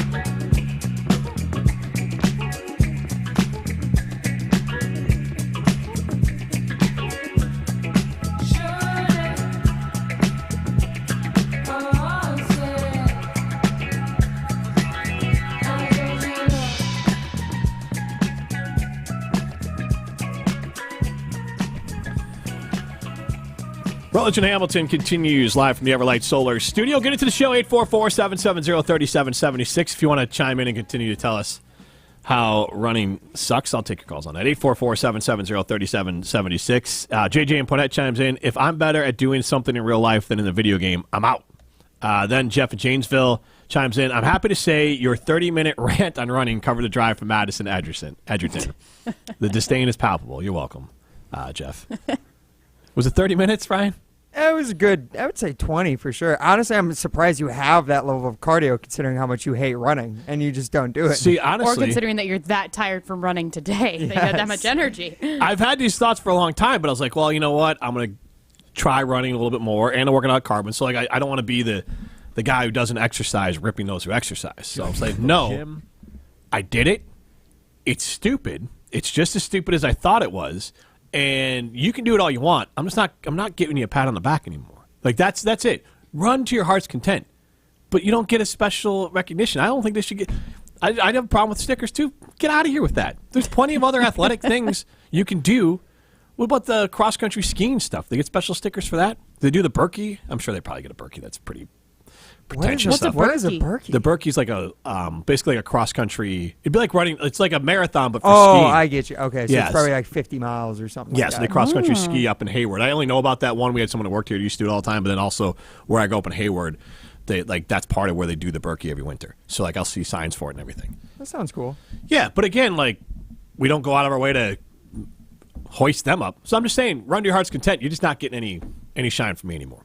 All right. But please tell me other things you do, though. So, like, if you can swim, like, if someone can, I don't know what the equivalent is, but if you can swim, like, 10 miles or whatever, I don't know what it is, but, like. I can barely tread water, so no, I'm a good swimmer. Not one either. I'm a good swimmer, but I don't really have a chance to swim anymore. Like, I used to be a lifeguard. I like swimming, but, like, when do you swim? When I was in Florida, like, everywhere had a pool. So you could just swim more, you swim in the ocean, do all these things. But now it's just, when am I swimming? Have you heard about cocaine sharks?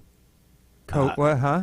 Cocaine sharks. Is that like some sort of metaphor for people in Florida? Like, yeah, is this Miami? No, like haven't you heard about like how there's more sharks approaching land and stuff? Well, not like gonna walk on land, but like they're getting closer. You know what I mean? Where are you going? Where did you go during the break, Molly? You guys haven't heard about Mushroom Molly over here. They literally think that like the sharks are. Never mind. You hear about these sharks, man? I'm just gonna Google it. They're doing blow and walking on the sand. I'm not kidding. Cocaine sharks are just another fishy tale on Discovery Shark Week. Okay. Google it, people. Google doesn't lie. I didn't know if this was like an offshoot of Cocaine Bear. Like this Cocaine is the sequel. sharks off Florida must be feasting on dump bales of drugs. I'll tell you what. I'll watch that. I hope they make I haven't seen Cocaine Bear yet, but I hope they make a Cocaine Shark. I'll watch them all. Yeah, honestly, that could be its own universe. The next MCU of cocaine animals. What else do we want to see? 844-770-3776. What animals do you want to see on cocaine in a movie? 844-770-3776. All right, let's throw some stones. The guys think they have the answers to everything. I'm the best there is. People like me. So it's time to put them to the test. That's some booty, Jim. You know, that's just like your opinion, man. This is Throwing Stones, presented by Metro Kia of Madison, Madison's trusted Kia dealership. Yeah, so Jim already hinted at this one at the end of the previous segment, but as you mentioned, the Kohl Center will now expand beer sales to the general public, including the Laban Arena, starting this season. This is according to a report from the Wisconsin State Journal. The school will become the 12th of 14 in its conference to sell beer to general public ticket holders of legal drinking age. No plan yet to expand beer sales for Badger football games at Camp Randall. So I ask you guys, do you think that expanding beer sales to Camp Randall? Wow, it sounds how many Coors Light? Yeah, there's too many Coors Lights back here for me. But cocaine sharks. Do you guys think producer. beer sales at Camp Randall would be a good idea? Jim, starting with you. I do like to point out that Dave in Deerfield chimes in. He'd like to see a turtle on cocaine, so in honor of Cocaine Bear and Cocaine Sharks. Sounds very subdued movie for sure. You might get up to 3 to 4 miles per hour. Yes. I would say it's a good idea. Put it at Camp Randall. What are we doing? Like, people are going to drink. People drink beer at the Shania Twain concert there. You can drink beer at other things there. So, like, I hate this putting on airs or false pretenses of like, oh, well, because there's college students around, we can't serve alcohol. Oh, but those in the suites can drink alcohol, but just not the peasants. Like, get out of here. Just serve it. Make the money. We all going to enjoy the game more. Look, we all could have used a couple extra Coors Lights watching Badger basketball play last year. So, like, at least make the game somewhat interesting, or 2 years ago made Brad Davison more palatable. So, like, let's just let the Coors Light flow. I just don't understand this because you walk into Camp Randall. What street are you walking on? You're walking on Regent Street. You're walking through all those neighborhoods where all the house parties are happening. It's all college students drinking. Right. Why can't they drink when they're inside the stadium? If they're 21. But also, here's the other part of it. They try to anyways. Right, but here's the other part of it. Maybe it gets at Camp Randall, gets the kids there on time if they're over 21. Exactly. They can show drink. Absolutely. But also, legitimately, like, binge drinking is a major problem, even, like, obviously amongst the college kids, but even adults. Mm-hmm. Like, they get... So, honestly, I would imagine more issues, people trying to get hammered before they go into the game to ride that high out in the game. Yep. And to me, it would just make more sense that people will come into the game in better shape, and you'll make more money just to serve them the Coors Light at the game. Regulate and control it, just like Cocaine Shark. That way, if you know how much Cocaine Shark took, you can take better care of him. Do you think that... I mean, I've only been to one college stadium that does it, like, since all this started happening. You went to Iowa, right? Yeah. Doesn't Iowa sell beer at this? Yeah, which is crazy that they do it. That they do it before Wisconsin. But no. So like, I mean, there was like separate lines just for alcohol and all that to make like the food lines and all that faster. But like, do they put people on like a drink? Like max, like you can only have so many vouchers or whatever with your ticket. Yeah, maybe? like I don't know. Yeah, I think this. Well, I mean, they do figure out the logistics. But they do it at NFL games. They do it everywhere else. Like I was gonna say, at Iowa, you could only buy 2 beers at a time. Yeah. I don't know if that's how it is everywhere. When I was a student, that's how most places are. Yes, when I was a student at UW-Madison, my senior year, they played Notre Dame at Soldier Field. Oh. They sold beer there for all the students who went to that game. That was the first time they were ever at a Badger game where beer was sold. But it was the same thing. A super long line to go get the drinks. You can only buy 2 at a time. Now they had the uber tall boys that you could buy. But yes, they tried to regulate it so that they could try to slow people down so they weren't binging too much. But yeah, it was people weren't going in completely lit and feeling like they had to go over the top. This is not novel. Beer is sold at athletic events everywhere, so they know the systems. Yeah. So you just run the same systems. And carding people, to me, now, I mean, you just scan, like, it's very easy. You just scan everything, yeah. So, I mean, like, it's solved. I guess I just don't understand why isn't there alcohol being sold at UW stuff. I believe there was a historical reason. There was an event that took place where a bunch of fans stormed the field and it got very bad one time at Camp Randall. Isn't that? I don't think alcohol was tied to that. I don't think alcohol was, but I think they changed a lot of what was allowed at Camp Randall after. I honestly just think it's just the way they used to do it, and it's almost more of like, what's the word? Like hoity-toity of like, oh, well, we're just above. Very like, proper. Old school, Yeah. like prestigious. Like, we're not going to be one of those, like Minnesota or Iowa that sells beer. Like Iowa, dude. Ew. Come on. I like In how their he said Iowa cornfield. there. It's kind of fun. Iowa. Sounds like Ashton Iowa. Kutcher talking about his alma mater. Yeah. All right, but the next stone that I had is we were talking about cocaine sharks, but and cocaine turtles. And cocaine turtles, but talking about cocaine and fish, Colts owner Jim Irsay is planning on spending $20 million to transport a large killer whale across the U.S. from a small enclosure in Miami, where she lived for 53 years, to her original home in the Pacific Ocean. How many years? 53 years. Apparently Jeez. orcas live a very long time. I guess. It would send the 8,000-pound orca named Lolita back to a 15-acre netted area in the Puget Sound off of Washington State, where her pod I still don't like lives. that name for that whale. So Lolita. Lolita. What are you doing? I don't know. Hey, but my question to you guys is Jim Irsay spending too much time transporting fish across the country and not paying his running back, Jonathan Taylor? Molly, I'll start with you. Well, that was my question. What'd you say he's paying $20 million? $20 million, So yes. he's willing to pay for a 53-year-old Lolita and not Jonathan Taylor? Precisely. God, So this guy. they probably come out of different buckets. And so as far as what you're paying, what I don't understand, I feel like this is just like when you go to a mechanic and they're like, you gotta like, it's gonna be $1,000. Okay, it's $1,000. Like, where do they come up with this $20 million number? How is it $20 million to get orca across? Like, what are they doing that it's $20 How is million? there even any budget? Well, how are do they you know it's transporting $20 it? million? Is FEMA giving them a quote? Like, who's giving, like, that's what I'm PETA saying. maybe? Like, I don't know. Wait. You can say Where's the- any number. Where's the whale being transported from and to?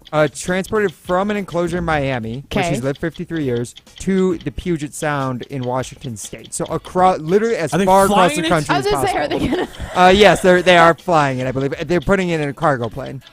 What? And it It's could going just in a be plane? in a cargo plane? I mean, probably in a pool in a cargo plane, I guess. I don't know. It's probably where the $20 million comes from. That's what I'm picturing. I'm picturing like a big semi with like a pool.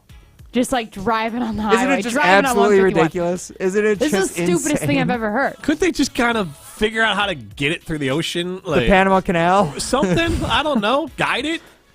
I don't know. Or like build a tank in Miami for it. But like, again, the number just blows my mind. Like, $20 million. how do you quote that? I don't even know if that's low or high. How do you get water on a cargo plane? I don't know. I think you just pick up a pool and you put it on the plane. That's the only thing I can think So of. it's right? SeaWorld in the sky. What's this breakdown per hour? Well over like $1 million an hour? It's probably a 6-hour flight, right? Yeah, so it's gotta got to be longer than 6 it's- hours. Well, from Miami to Washington State? I don't know. What do you- think. I've never heard of a flight that far. How and- fast can a whale fly? I don't know. We'll but, find. like, Well, I mean- Jim Irsay will tell us. From Wisconsin to Arizona, it's like almost 4. Okay, so we'll say 8-hour flight. Even then, it's almost $2.5 million per hour. well, yeah. I'm saying $1 million an hour. I feel like you got to get the whale on- onto it. and Oh, off the it and entire everything. We just transfer. watched Oh, yeah. Free Willy. We know how whale I was about to transport say, goes. I was going to try and bring up Free Willy. Are we going to see like photos of this, do you think? Oh, Videos? I want a full I'm documentary. going to ask like I feel bad for a Lolita. 30 for 30. but also like, how long do these whales live? Is like not to be rude, but like You think Lolita's going to die soon, so what's the point? kind of. Like, how long do they live? If she lives to 60, what are we dropping 20 mil for? Apparently 50 to 90 years in order She's, to live. she's 53.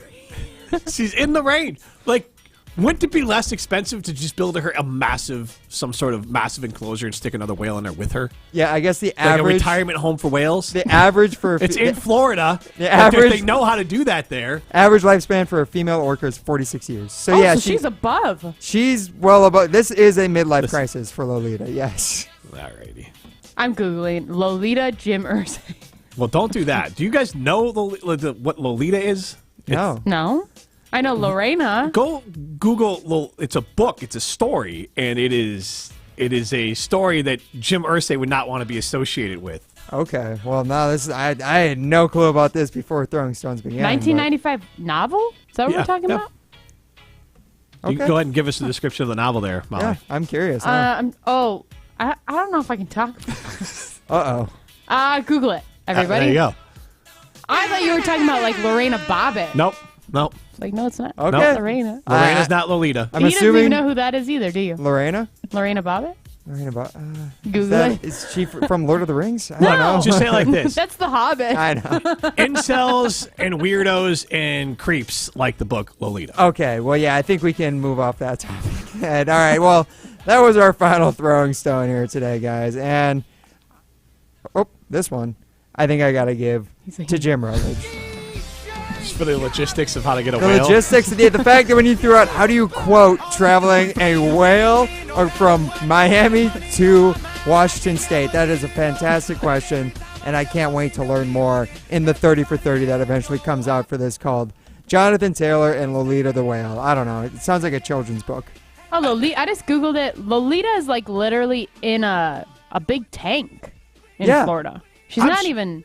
I think she's got to be at like a SeaWorld type deal, Yeah, right? I'm sure she's like, well poor deserved to be girl. moved. I'm just saying, like, is this the best solution? She's 53 years old. Would we fly like equivalent like a 100-year-old woman to like, or a 100-year-old man? I just said woman because Lolita, like, if Lolita was an old lady who wanted to get home to her family, would we send her up in an airplane and fly her across the country? Or would we fly the family to her? We do what they did in Up, where they got a bunch of balloons and they attached it to a house and flew it across. It's kind of sweet, though. It says where her pod still lives in Puget Sound. Oh. That is kind of cute. Like, her family's there. It is cute, and Jim Irsay can spend his money how he wants. I'm just worried about the health. This seems like maybe this is regular things, but this just kind of seems like, how are we going to move the whale? Put it in a pool and then put it on a cargo plane and fly it across the country. What's that going to cost? $20 million. Okay. This is Rutledge and Hamilton, presented by Coors Light. You're listening to Rutledge and Hamilton, presented by Coors Light. Miss any of the show? Find full show podcasts free on Wisconsin On Demand and wherever you get your podcasts. Rah. Pella Windows and Doors of Wisconsin present your Badger Minute. Here's Alex Strofe. Varsity on Wisconsin On Demand is home to all the latest and best Badgers content on ESPN Wisconsin.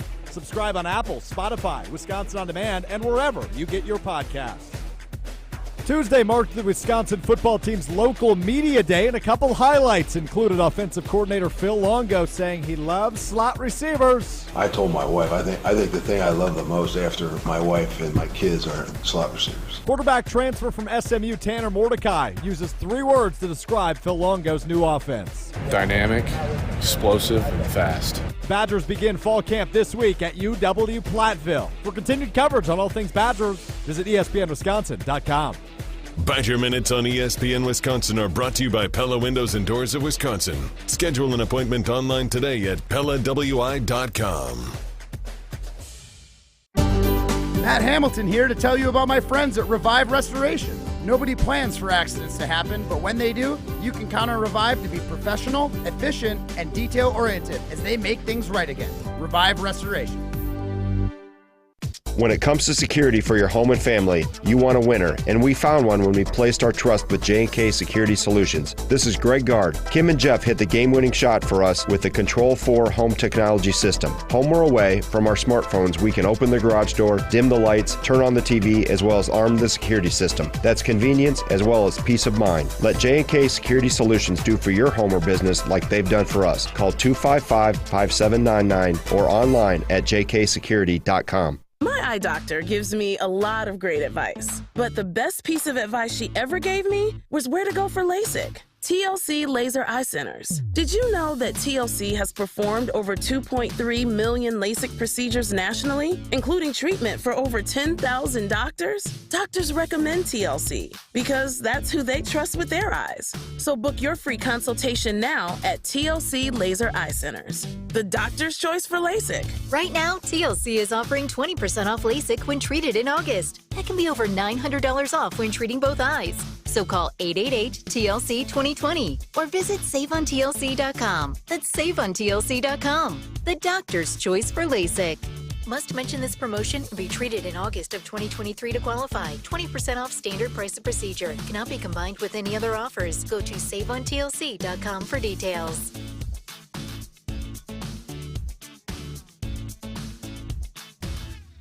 Good Karma Brands is proud to be an equal opportunity employer. Our policy is to provide equal opportunity employment, development, and advancement to all current and potential teammates. If you are an organization that maintains a job bank, provides employment information, or gives job referrals, you may request to be placed on the station's mailing list for future career opportunities. To learn more about careers at Good Karma Brands, please email careers@goodkarmabrands.com. Bringing summer gatherings to the next level is just another thing we do at Celebrations Entertainment. Hi, it's Jeffrey. With rental items like sound equipment, photo booths, and even yard games, you can make your event the party that everyone talks about. Any event like graduation parties, block parties, or even a backyard barbecue can be elevated with fun, interactive items to make everyone ask, hey, how'd you pull this off? Just tell them celebrationsentertainment.com. That's celebrationsentertainment.com. You're listening to Rutledge and Hamilton, presented by Coors Light on 100.5 ESPN. Brought to you by Metro Kia of Madison, Madison's trusted Kia dealership. I'm not having any fun. I'm not feeling so alone. For once, every voice is like a low. Dead gunshots fired and the words get spun like a web. I'm not having any fun.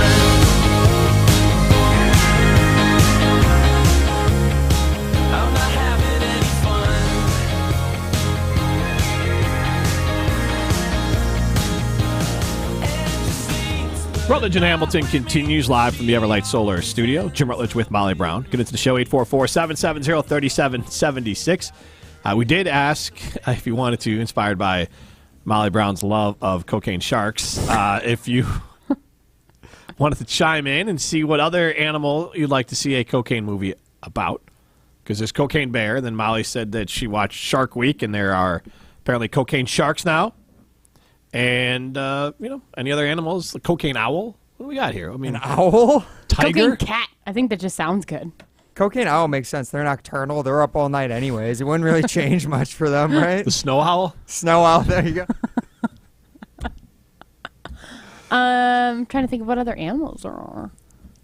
Plenty of animals. I feel like cocaine birds would be disgusting. I feel like a cheetah Birds are the on worst. cocaine would be gosh. wild. That would be dangerous.